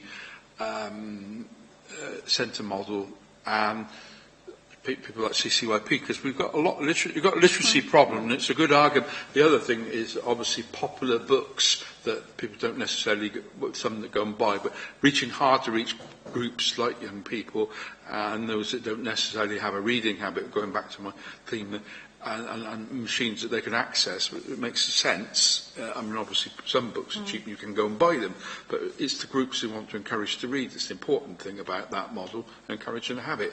The other thing about IT was, again, I was impressed in the report that you are the line of least resort in terms of fixing computer problems, especially for older people. I've got a terrible thing about if they've got a problem with a computer, they come in and talk to the library. I know that because I used to work in an organisation, and the library was the place they went to if the various voluntary and education projects are not there. Again, partnership working with other groups. And today I've actually been down an SRS day, but that's another story. But someone else talking about that. But we need to find innovative projects. And the library is I mean, you've got such a good selling job you could do on that, I think. The 3 libraries as hubs, but so an innovative. I think you really are, for adult education and young people's education, they are the line of this resort. And you really got a good pitch there, I think. Do you want to come back in on that? Oh, just to say, well, you know, I do agree. I think we actually do a lot of work in partnership in the library service. And a lot of those organisations we either do work with or we're keen to work with. Not only do our own staff deliver IT skills sessions in all our libraries, but we also work with, well, we did work with Communities First. Is it Communities 2.0? I always get their absolute definition of what they do mixed up. And, you know, they came in and delivered some sessions for us. And we also work with Open University and Learn Direct. So, yeah, I think it's true to say, as was featured in the Baroness Andrew report, you know, libraries are there, they're pre-existing, they already offer a large number of important services, and it seems obvious to me that they should become the focus and the location of as many and as wide reaching services as possible, rather than shut the libraries and put bits of what libraries do into other places. I think it's far more productive and makes far more sense to bring other services to work with us. That's not to say that we'd stop doing outreach. We do lots of outreach and we continue to do that. Councillor Cross. I have lots to say. I wanted to come in a bit earlier, but I didn't quite get in time. We were talking about staffing, and I noted as well that it was behind the regulations, or it had some attention. It's 5.1.2 staffing levels, where it's below what we're supposed to have, which is concerning. For one, I want to say how marvellous the staff are. I use Pontypool and I use Cwmbran libraries, and I've never got a complaint. They even smile at me when I actually have fines. I currently owe £2.20, I confess. Terrible. I know. This is going to be in the Argus tomorrow, I'm sure. But absolutely brilliant. But what do I use them for? When I'm going in as a library user, what do I use them for? If I had a choice, I would not use them to scan my book in and out, because that is something that I can do like I do my shopping. I'm one of those speedy people that says, I'm not waiting over there, I'm going to go through the self-checkout and then get as quickly out of the building as possible. I'm not really one of those people that likes shopping either. So if I'm there, I don't need them for that. Now, there could be an efficiency used of their skills and expertise where, when they're coming in and out, if there is a self-service check-in and check-out point, that I think has moved on, as you've already identified. Interestingly, my personal experience, as you know, I used to be a librarian, used to work for Newport City Council, and I went through a very similar change to organisations coming together, St Julian's. So you're probably aware of that facility. It's a community centre, and then it became a library at the same time. So I know exactly, I've got a really good bit of experience here as to how that change is managed and how effective it was for the community as well, having these two services that were so accessible for the local community and wider if they wanted to travel. So on that point as well, I thought I'd add that I think that it is far more efficient. I completely agree with what you're saying. I'm a huge lover of libraries, and so for me, when I read this report, I thought, well, this it was actually a bit of a relief, because I know the pressure that you're under. So to be able to come up with this as an effective plan. But the bit that I'm most concerned about is actually what we do in the future, because this is effective in keeping it going for now. Great. But actually, as you've already explained, that it's going to get a lot worse. And, you know, I've been waiting for this to build up. So, yeah. And the other question I had as well, so I may as well chuck that one in now. You've discussed opening hours with Blenavon, but you haven't said anything about Cwmbran, and at the moment it's still shut on a Wednesday, hence why I've got fines. I'm going to blame that, but it's not. I mean, it is frustrating sometimes when you do want to go in. So is there any thoughts on that, if this customer service centre is going to be open? Well, the customer service, we've had quite a few meetings with customer services staff, and it looks as though customer services staff will take on the library's opening hours in the way that we are taking on the World Heritage Centre when we move into there.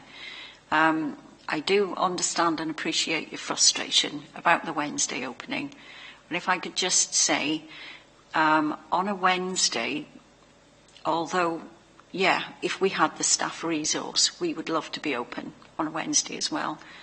But at the moment, being closed on a Wednesday gives us the opportunity to use that day with our professional staff doing library skills, every child a library member sessions, and most of our outreach, a lot of our shared reading is done on outreach.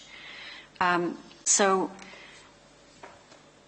although it's a definite negative in the sense of the general public being able to come in, it's not that we don't do anything on a Wednesday. That time is used by the professional staff to do a lot of their professional work. And if we were open at the moment with our current staffing level resource on a Wednesday, some of those staff would be being used as counter fodder. So they would not be performing their professional duties. And I appreciate you explaining that, and I also appreciate why the decision was made. Again, it's, you know, we're in very difficult financial situation, but that's what I'm saying about having that self-service option. Would, if that's all I want. And I appreciate that sometimes I will actually want to have someone direct me to the right book or some advice, or can I order a particular book because you don't have it in your catalogue? That's when I'd speak to one of your library staff. But I can go do that either by the internet, or I can order. That's another marvellous thing as well, being able to, you know, go online and pick those books up. I mean, there's just so many facets to the library service. I know well, you know I'm aware, but I mean, I'm an active user. And so I'm not in any way being negative about what the situation is. I know that you work under a difficult budget and do an outstanding job as well. Thank you. Okay, who's going to ask the next question? Anybody? No? Yeah, Councillor Moore. The second question on collaboration has already been covered, so there's only one question. First one, gosh, how do you collaborate with other authorities in terms of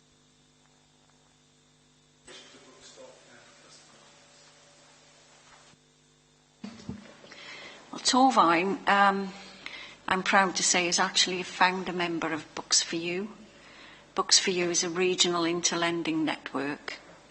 It covers the 10 authorities in the South East Wales region, and it also includes Swansea, Neath, Port Talbot as well. And it's not just public libraries, it's also some academic libraries and the Health Promotion Library. We're all partners in Books for You.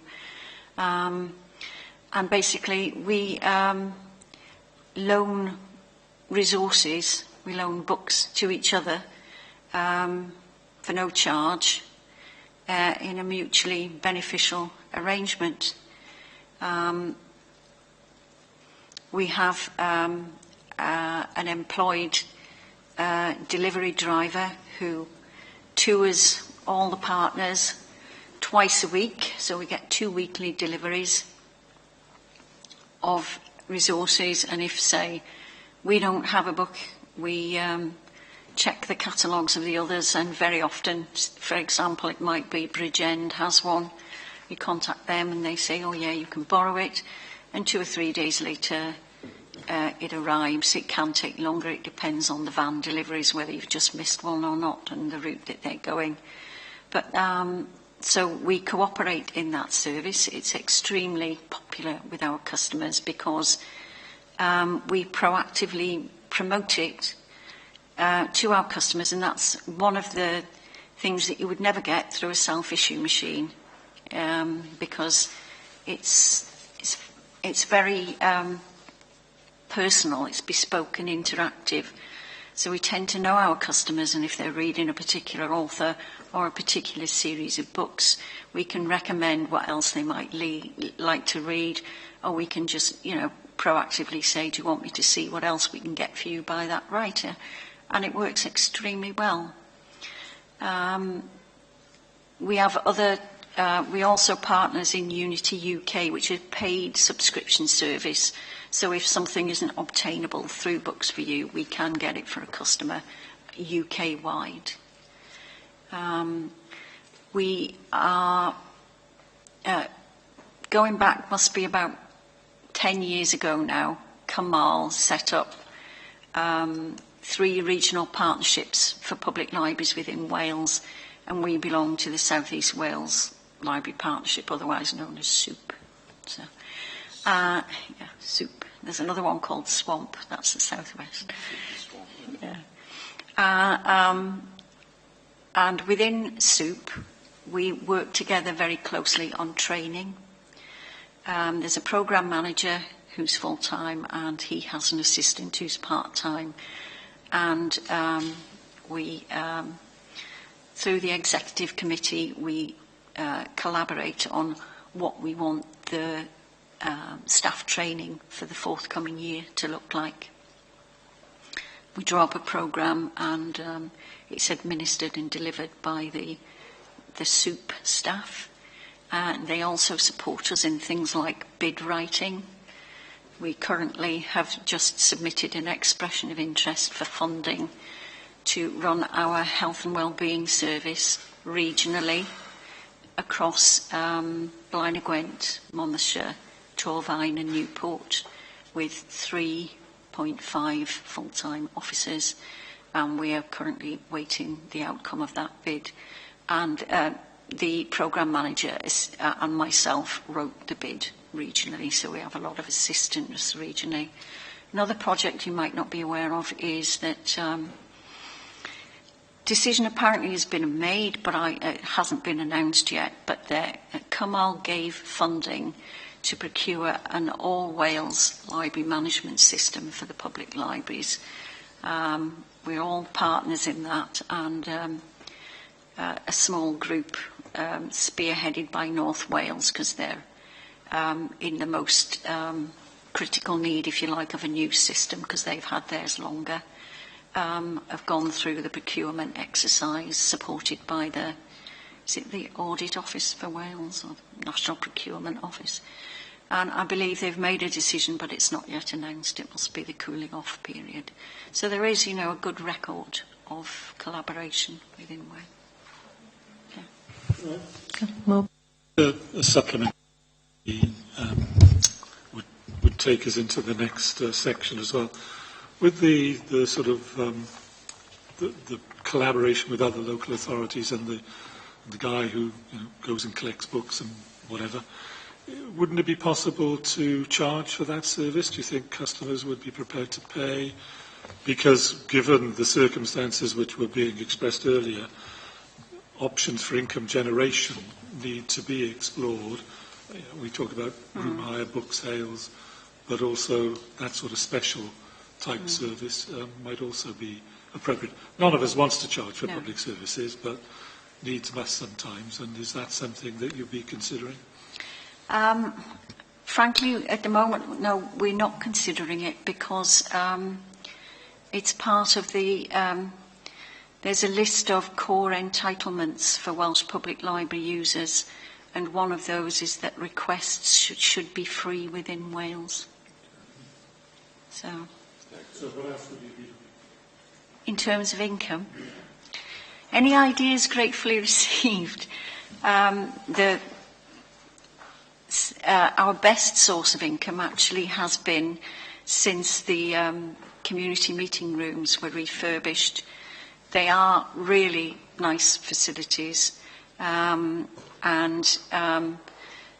we have introduced charges for meeting room use. It's at a lower rate for community groups than, and most of the use is by community groups, but it's not closed off to commercial use, but we have a higher rate of charging for commercial use.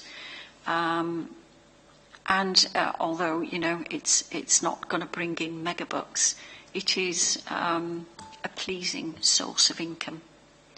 I also heard this morning, by the way, and this is still an idea, so perhaps I shouldn't be mooting it, but I understand that when the customer care centre comes into Cwmbran, they would like to bring the credit union with them. And the credit union is going to pay us some rental income. Good. That's good. Good news. Councillor Seaborn.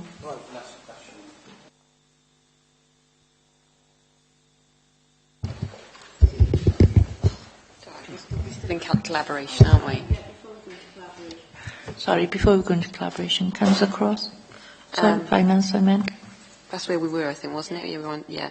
It was only that I also volunteer. Well, I did volunteer. I'm now on their board for CAB, and their model of using volunteers, obviously going through the process, is another way that I was thinking about how, because you brought in the credit union, I immediately then remembered the other point with trying to maybe use volunteers, because obviously other councils have gone with the option of making it community-led libraries, which won't fit into our service because of the regulations that have been highlighted in the report.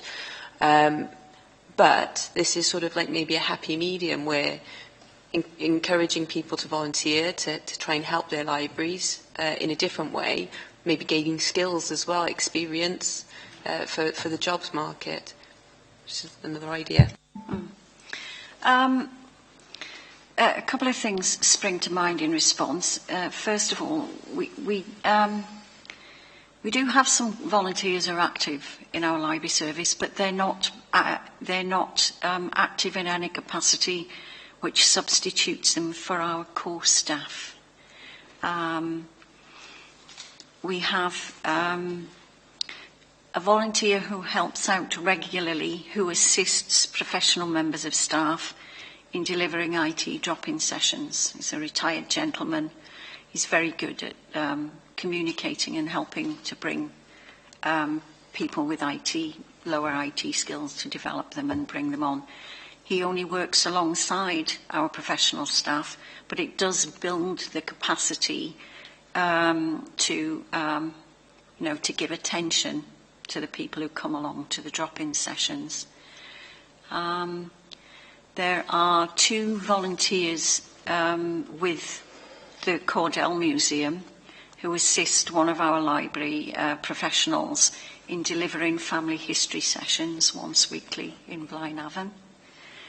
And we also have extended in the past year our therapeutic reading by gathering together and training a group of volunteers who go out and read to some of our housebound customers once weekly in their homes. They read aloud to them. Yeah. Just before, can I pick up something else as well? A few weeks ago, it was the CILIP Conference Wales, which is the Chartered Institute of Library and Information Professionals, and there was a very interesting talk there from one of our colleagues in Monmouthshire who runs 2 friends groups, one at Caldicott Library and the other one I think at Chepstow Library, and they have taken responsibility for fundraising for some small specific projects which wouldn't have been delivered otherwise. So I'm quite interested in looking at that kind of model of support. Well, I mean, that when you were listing out who you've got, it wasn't really, I know you have some volunteers, that wasn't really what I was saying. I was saying about using a different model, because that's the way that CAB recruit their volunteers and the way they train them is something that I've never known yourselves to do, and that's something different and possibly could, you know, provide or add services, maybe, you know, to what you've already got. So your latter statement then is more reassuring. It's in whatever capacity people could actually be friends of the library. And I think you'll find that there are people out there that would actually value and appreciate being part of that role and being able to support their libraries, and me included. Councillor Ashley. Very quickly, when we were doing visioning on the collaboration, I remember at some time in the past that you possibly done, during the time of the summer recess, when the kids were doing play schemes, hadn't you done a kind of summer play scheme thing in the library? Are you still doing that? And bear in mind the Community Council and our play service do something. It just struck me that that might be a collaborative effort, you know, reading and activities. I'm pretty certain you've done that as well. It struck me that would be a useful activity if it wasn't being done. Yeah. Well, every year we do the Summer Reading Challenge, which draws in a lot of children and keeps their reading levels and attainment. You know, it prevents that summer attainment dip. And not just in the summer, but during school holidays, we provide story and craft sessions for primary school age children. And that's done in all our libraries. But question, do you use volunteers for that? No. But that possibility, you have a friends of group using volunteers for that would be ideal. There's a lot, I know the community council and Julian, with the play service, use a lot of volunteers. There's actually very useful workforce there. Yeah, I agree. I'd just like to say, also to bear in mind, I think it would be a very sad day for the library staff if they found themselves in a situation where they could no longer do the activities, which in many cases moved them into working in libraries. And one of the things that library staff like to do most is to do storytelling and story reading. And they're trained and they're very good at it. I think that's brilliant, but we've got that workforce out there, which our council has. Yeah. I think there's a good role to bring volunteers in to support in terms of, if you like, what can I compare it to, in the equivalent of a teaching assistant type role, to be there to assist, to help with providing, getting things ready, providing craft materials. And in some instances, you know, there are lots of talented people out there who'd be foolish to miss bringing on and giving them the opportunity to do that kind of activity.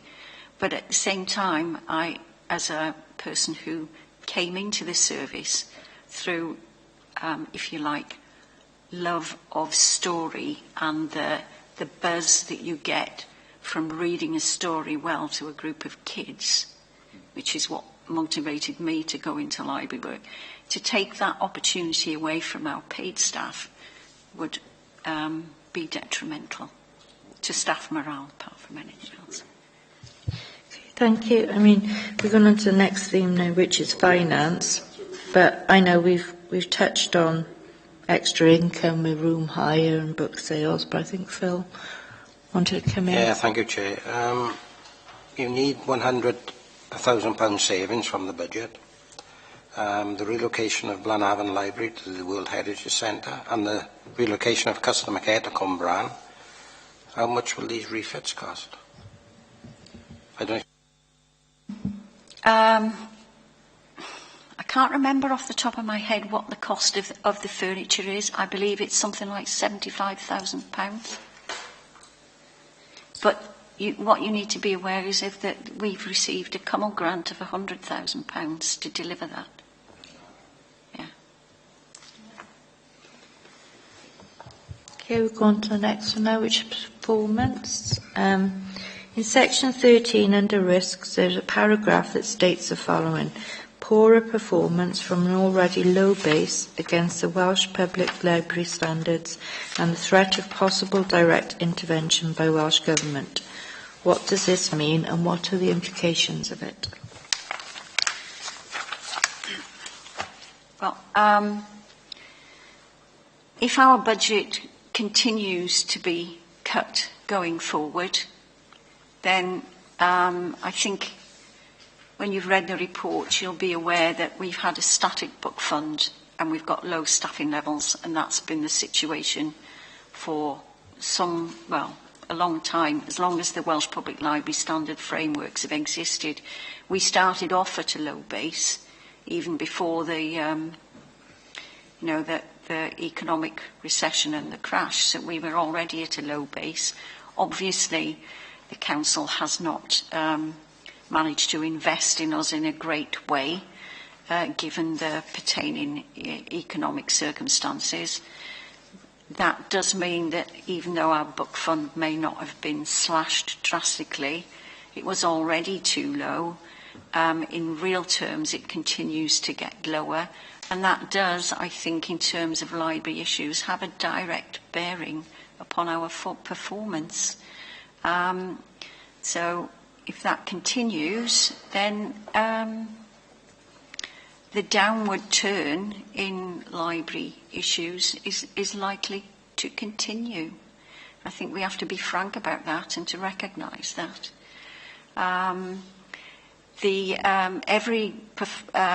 The framework of Welsh Public Library standards does include the proviso that if the Welsh Government is not satisfied with the performance of a particular authority, they can, I suppose in the same way that they do with schools, take them into special measures and take them over directly.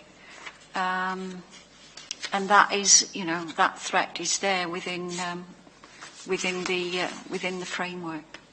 Whether they would actually do that, I'm not aware that they have done it to date, but the proviso is there. Thank you. Okay, we're going to the last theme now, which is future. Oh, sorry, Alan Williams. Yes, could I just ask a question on that?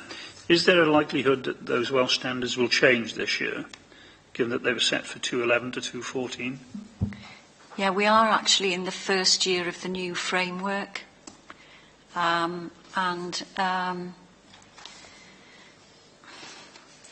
the core, they're very much the same that we're reporting on, but they're not exactly the same. Each framework has adapted and changed somewhat.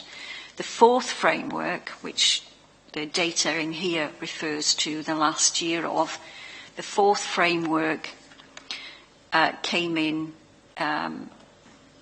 and in recognition of the downturn in the economy and the constraints that public libraries, councils and public libraries were facing, some of the standards were lowered, supposedly to make it easier for authorities to meet them. For some that might be the case. In our case, they weren't lowered far enough, I'm afraid. Thank you. All right. Councillor Morby? Are you a risk taker? Would you be prepared to take risks in order to generate extra income for the library service? I believe my profile as a risk taker is moderate. So I've been informed by my financial advisor anyway. So. Is it? Oh, right. So, yeah. And perhaps less risk averse than some of my staff, but I wouldn't say I particularly relish putting the library services future on the toss of a dice. No, not really. Yeah. Right, we're going to move on to the last theme now, which is future library service. Does anybody want to ask question. Councillor Evans? Thank you. In section 7 of the report, there are various suggestions listed for delivering the service in different ways. Have any of these been considered at this stage of the review?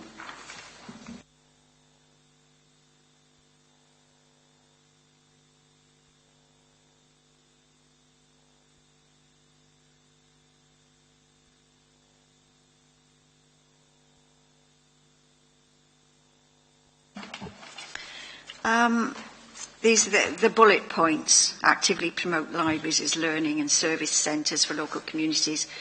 Well, I believe that we do that. I mean, it may be that yourselves and you indicated some ways in which maybe we could enhance that. I do think it's important that we continue to do that. I'm not quite sure what our colleagues in community education would think about a whole sale joining up, but I've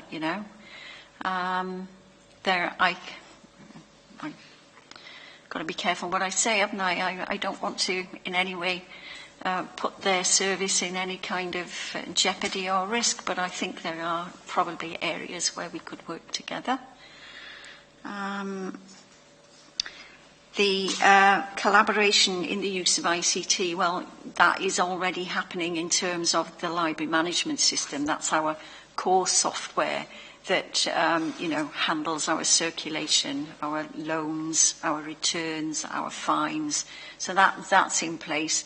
But it may be that moving forward, there might be support from Cymru and Welsh Government to support other areas of IT collaboration. That's the key one, is the library management software, but most library services use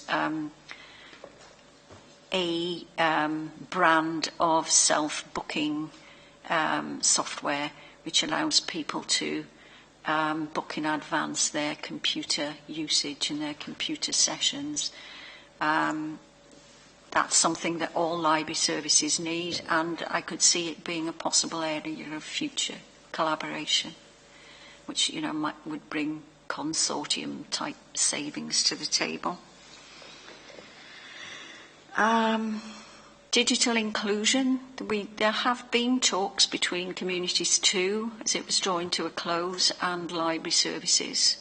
I think they're part of their exit strategy, if you like, was to offer training to library staff, to upskill them to deliver.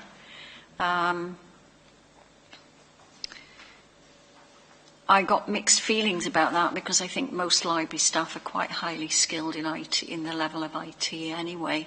But I mean, there's always room for using that as a vehicle for training new staff and doing refresher training, which would be useful. I think we could probably put ourselves forward in Torfaen as a reasonably good example of good practice of what library services are actually doing to champion job seekers and benefits claimants. But as we've talked about this afternoon, that is only going to increase, and I think the way that we handle that probably points towards collaboration with other authorities in terms of training and awareness raising for our staff. I actually read a report this morning, Community Network has done research papers urging libraries to become more enterprising to cover combined pressures of declining borrowing rates and austerity. And 5 authorities in the UK are pioneering alternative approaches to become more sustainable. And they're developing ideas to use tools and support to develop hobbies, creativity and business ideas, such as teaching people how to operate 3D printers. And, is this something that you could possibly move forward with? I think we'd need the input in terms of the resource for the kit. But yeah, definitely. One of the collaborative training projects that's going to be delivered this year is for the region to train a small number of staff in how to run and conduct webinars. I've actually been successful in securing a place for a member of Torvine's staff. I think 3 people regionally will receive that training, and a member of our staff will be one of them. Yeah. Okay, thank you. Any other questions? No? Right, okay, thank you, Christina, for coming along this afternoon and giving us a report and answering all the questions, and thank you very much. Thank you for treating me so gently. Much appreciated. We are a gentle committee. Thank you.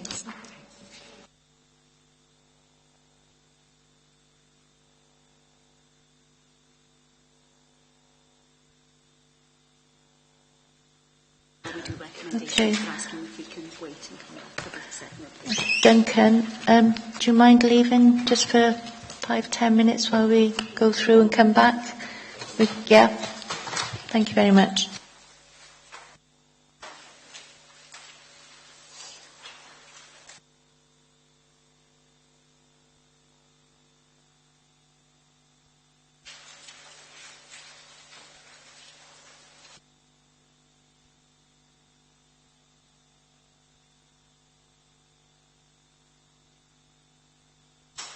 Right, okay. Has anybody, we go through the recommendations now. Has anybody got any recommendations to go forward? I think we need to find out how the library service can get more money, certainly for their IT services, to support job seekers, because, like she said, really they're being dumped on by the other government services, really, and you're expected to fill the gap. And it's just not right, really, is it? Yeah. I agree with what Gwyn says. I mean, there ought to be more emphasis with the Department for Works and Pensions. They are highlighting people to use the library services, and universal credit is going to have a huge impact. I think they should share some of that responsibility.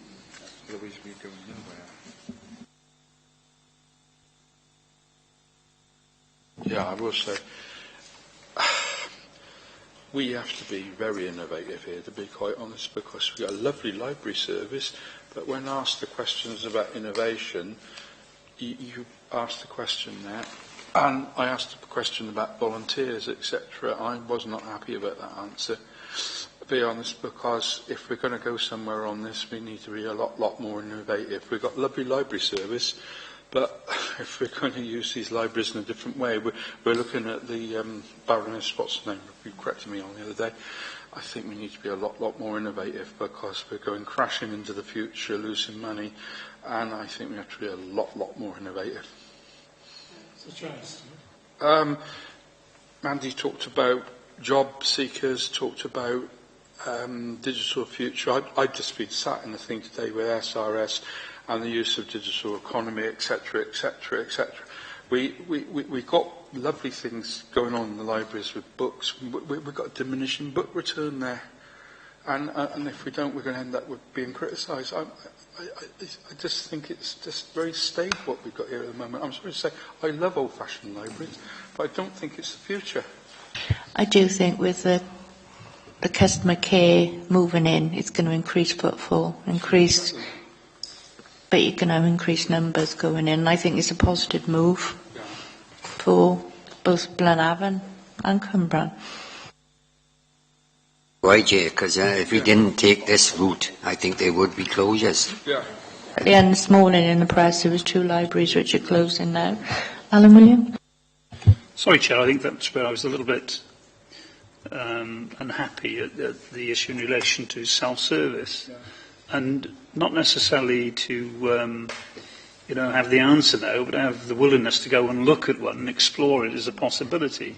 I don't see it as being just totally self-service, the libraries and no one there at all, but a mixture of how we operate it, and actually freeing those staff to do some of these other innovative things that are necessary. I think that's the one thing. So I think that needs a lot more exploration, because, for instance, it was that comment about, I didn't know they did that. Now, I didn't know that they did some things there, which I thought were fantastic. And I thought she's just signposting people, the right people who actually need that kind of information. But how do you know where that crossroads is in Torfaen? Where do I go and find her and know that she operates from the libraries? It's just, let me a general thing, do we actually package the service correct? Is it still libraries? And people just think libraries, books, IT, and not much more in terms of the services there. Not those that are using them, but those who are not using those services. And is there a different way of repackaging it to make it more exciting, more together, more about what it does in total? Because if you talk to the ordinary person and you talk about libraries, they think closure, closure, closure. You know, they think about Blenavon as being it's just a change to save money, when it's actually a positive change, I think, in terms of what's in the paper. It will provide a better service for people up there. But that impression isn't out there, and that's not just in Torfaen, that's across the country because of the pressures libraries are under, and whether there's something more exciting that we can do without having to spend a vast amount of money. There may be some money in terms of the self-service issue, but maybe that funds itself back there. And again, the use of volunteers or friends of the library that Councillor Cross related to. There are some ways to do that, and they might not necessarily be the ones who are reading the stories, but freeing up the librarians, the ones to do that thing that she said was so particularly a part of people wanting to join that service. So I just think there's some more avenues to explore in terms of income generation and changing the shape of the service. And I think some work needs to be done on that. I have no criticism of the work that's been done so far and where it's got to.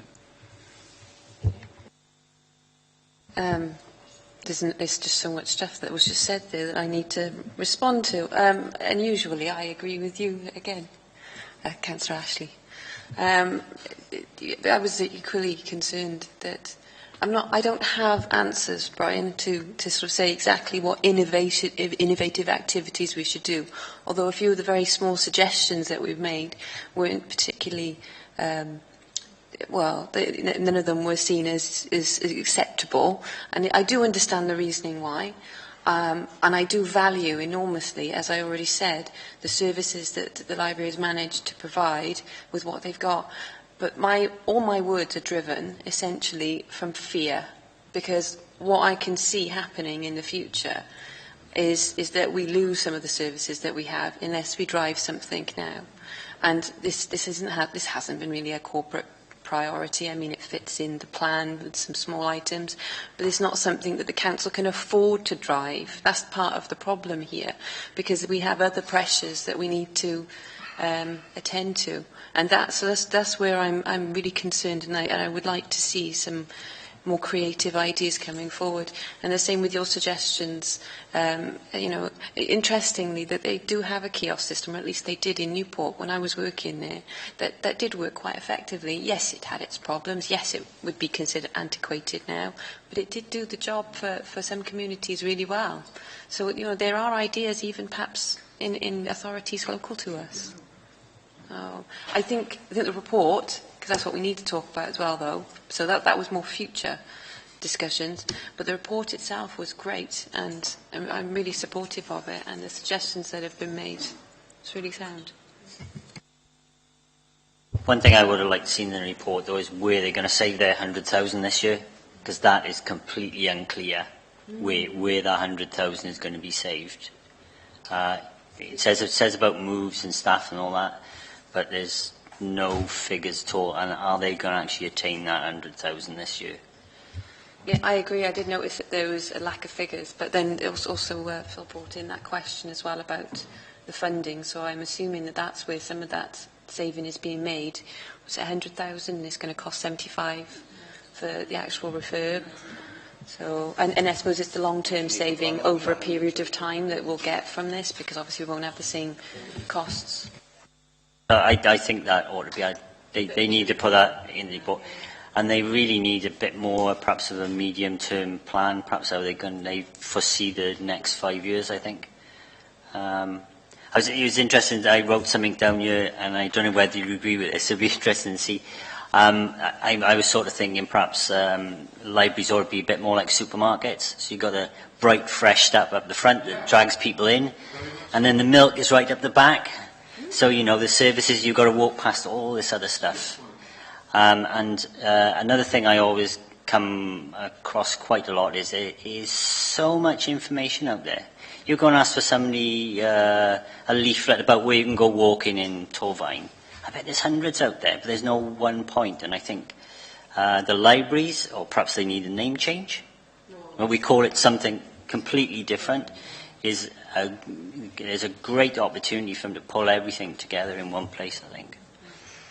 I do agree. Could I just say I was surprised to learn that the library are not allowed to charge for certain services. I mean, it's hypocrisy for the Welsh Government to say you can't do this, you can't do that. They're asking us why we're not achieving the library standard. And then they're telling us, but you can't charge for this, you can't charge for that.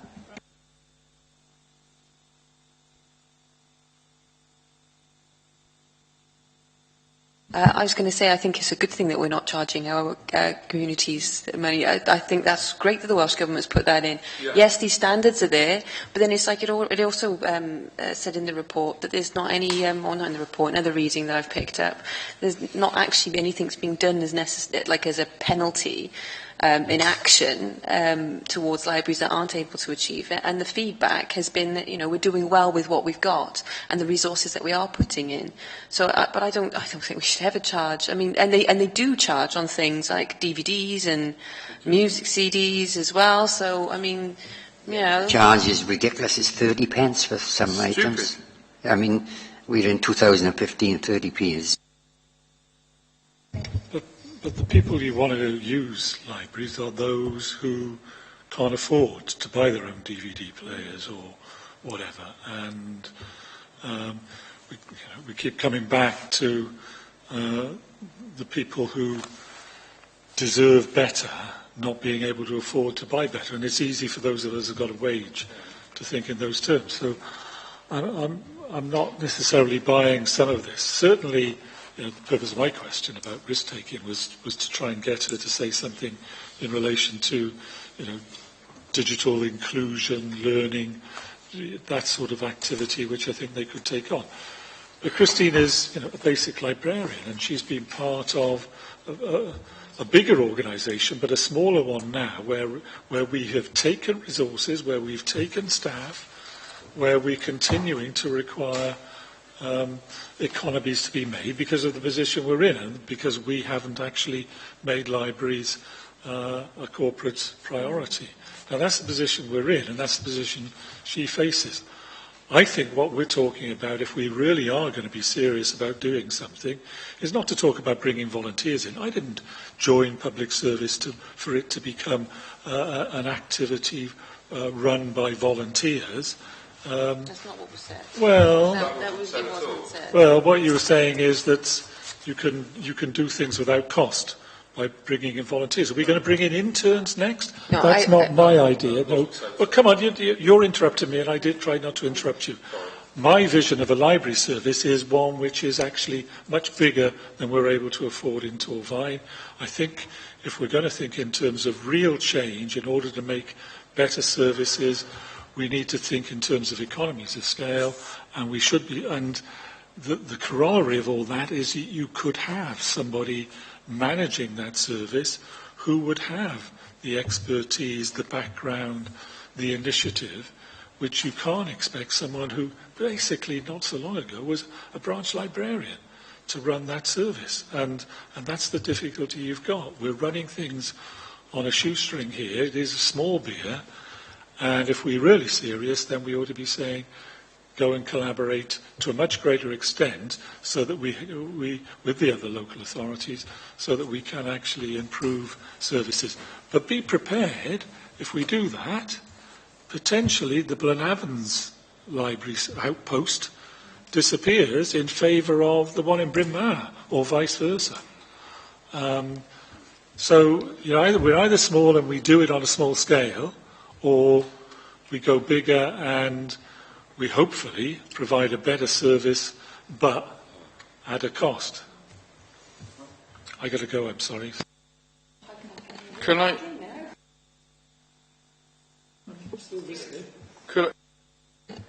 just say that I totally agree with what Brian said. The volunteer element is something adjunct to it. The fact that we've got a play service and we've got an adult learning service, they're things that, in terms of this co-location stuff and the digital inclusion service, we've got an opportunity with the library service, what I value as hell. They've got to keep the books element of it. And they're already doing the digital inclusion stuff. That's got to be, but there's an opportunity to integrate that with that, but at the same time keep it. If we don't do it, then we won't have it. Whether we lose it. So what you're saying is that we co-locate the play scheme service within the library. Because I thought you were saying no, we don't we use volunteers. No, we don't use volunteers to deliver the main service. If you've got a thing it's doing, then they use the expertise of the librarians to work with those people, as she suggested. I certainly don't want to see a sort of Tory England type thing where the whole service is run by them. I'm not into that in the slightest bit, to be quite honest.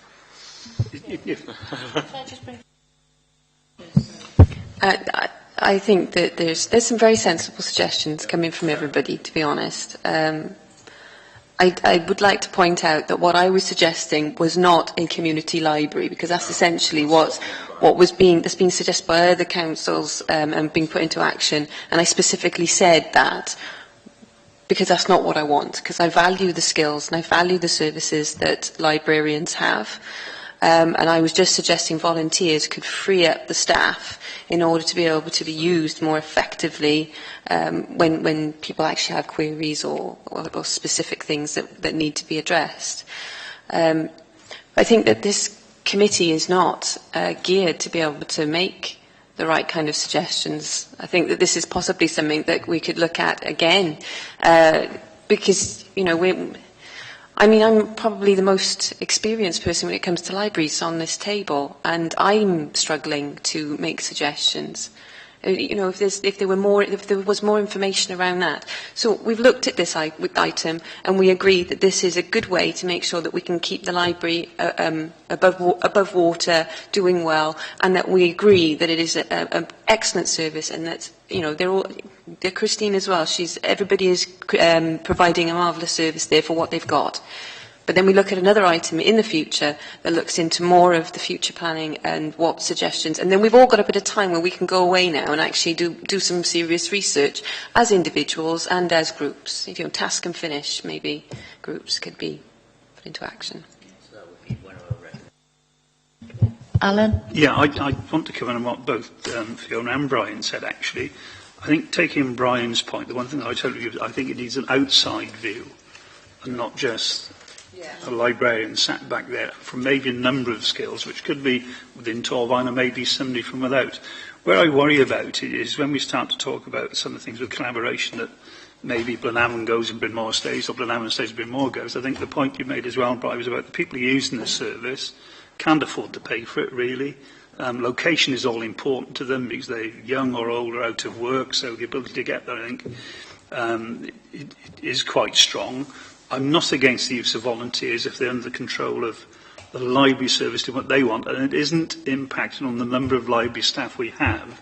So you can see today, Brian's point, we're trying to grow this service from there. And there's only so much co-siting you can do. You can't chuck it all into a pint pot. So I think we do need to look at how we actually repackage and refurbish the service, if you like. You can't make massive changes, but there have got to be other ways of delivery, and there have got to be people out there with ideas to do that. And I don't think even around this committee, if we went away to look at it, even with Fiona's expertise in the area, we would come up with all those solutions. And I think this is a future thing, and maybe needs a different way of looking at what that future means.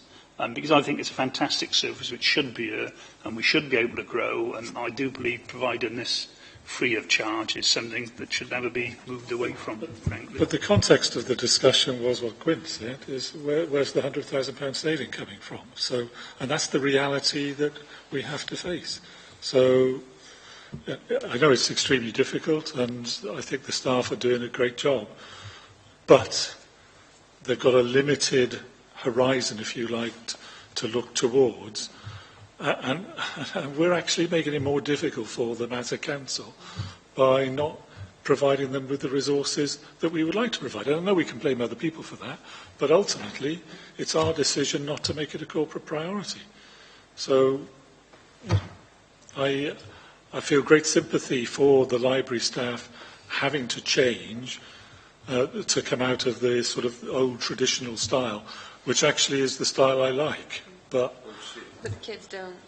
But yeah, maybe. But innovation, yeah. But I don't want amusement arcades within libraries.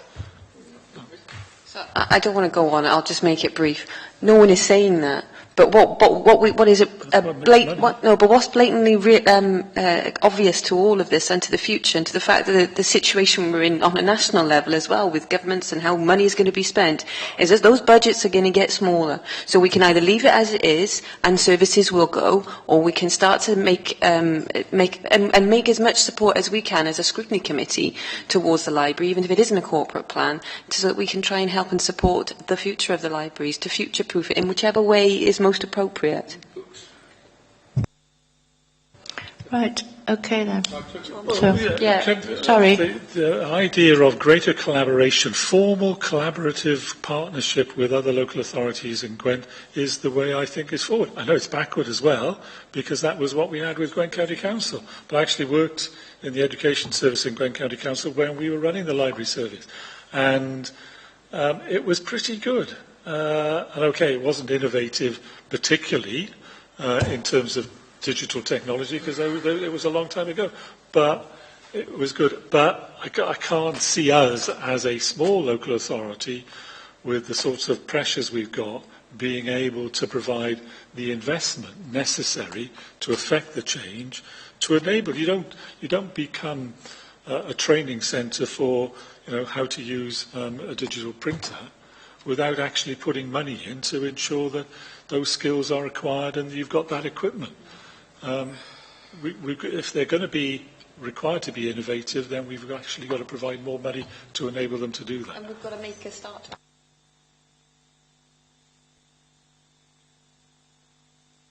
That's what I'm saying about having another scrutiny meeting, is that we need to research and say what ideas are out there and actually be able to provide some practical ones that will work. But there's not just one idea. It's not one size fits all. There's loads of great ideas that have been thrown around the table. I don't know how effective they would be for our communities. I know the one outcome that I do want. I don't want any of those libraries to shut. I don't think any of us want the libraries to shut.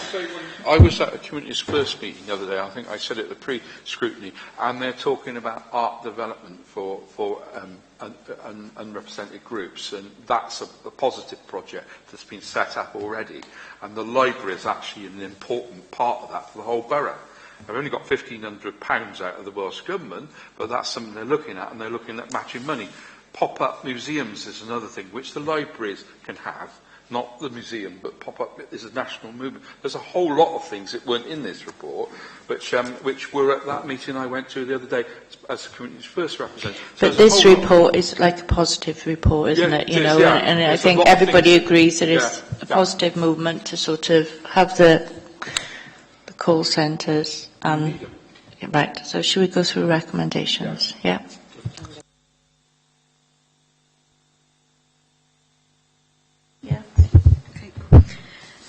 As always, I've scribbled down lots of notes of what everyone has said. I'll read out what I've got, and then we'll put it into some sort of plain English tomorrow, which the Chair will then approve.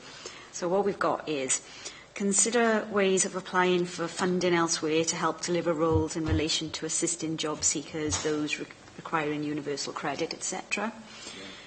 Need to be more innovative in the way we move forward with the library service via digital collaboration, etc. There needs to be more exploration of what's happening elsewhere, what other libraries are doing in other authorities. The self-service part of it, explore it as a possibility to free up resources elsewhere within the library. Look at the way we promote libraries to those who do not currently use them. Are there other ways to communicate this? Explore new ways and new avenues. More detail would have been beneficial in how the savings will be made. But obviously, we've had the report now and we've scrutinised that. But going forward, there needs to be more medium-term financial planning rather than just short-term savings for this financial year, because this time next year we'll obviously be looking at more cuts again. And then the final one, I don't know whether this should be as a comment rather than a recommendation. I'll take your view on this. It's around your comments, Councillor Cross. I've written down future consideration by the committee to work with the service to ensure that the authority continue to maintain a service with the limited resources available. If I put that as a recommendation, that's almost preempting the fact that that is something that we will look at in the future. Yeah, if I can just say at the moment, we'll be shortly coming round to our Vision In cycle. Obviously, if we put down at this point that we clearly wanted to look at this thing again, and then when we come to looking at Vision In, there may be, I don't know what's going to come forward at this stage, but there may be other subjects that come forward that will take precedence or priority in the next cycle. So if we put it as a comment to say that we're interested going forward in being, rather than recommending that we start working with the service straight away. Do you see I'm happy point? for you to do that. However, I mean, as a committee, we can make that decision without the visioning. So it's within our gift to do that. Yeah, I get that totally.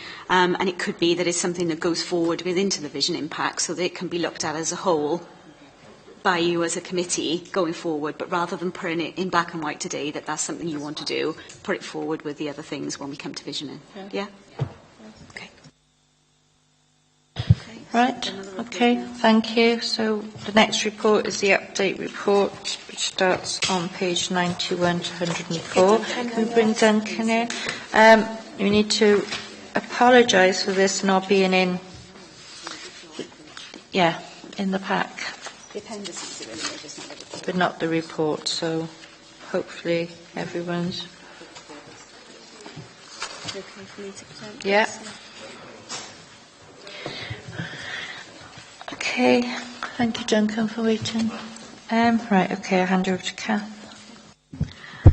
Okay, just a short report. It's the end of the 2014-15 cycle. There will not be a sort of date for the next meeting or a subject to discuss at the next meeting, because the next item that you as a committee will be looking at will be Vision In. So it seemed timely, especially with the annual scrutiny report going to Council on the 23rd of June, that you as members have the opportunity to reflect back on the recommendations that you've made as a committee over the last year. Those recommendations were made to the executive member, and as you're well aware, we will have had responses back from him to all of the recommendations made. The appendix, which is agenda item 7, it starts at page 91, is an overview of all of the accepted recommendations made by the executive member, along with the response which was given at the time, with 2 extra columns, which is the progress update and then an impact assessment of the impact of what those recommendations have had. It covers from July of 2014 to, bear with me, November of 2014. That doesn't seem a lot, but we chose not to put in the 2 reports that we took to scrutiny in March at this point, because we felt it was too soon to ask for, an impact on what those recommendations would have been given. So this gives you the opportunity to ask Duncan if there's anything that you feel hasn't been covered in this, or if there's anything that you want further clarification on. I'll just leave it to you now to come up with questions if you have any. Okay, anybody got any questions? No? All happy to note? Yeah? Okay, thank you, Duncan. Sorry it was short and sweet, but thank you very much.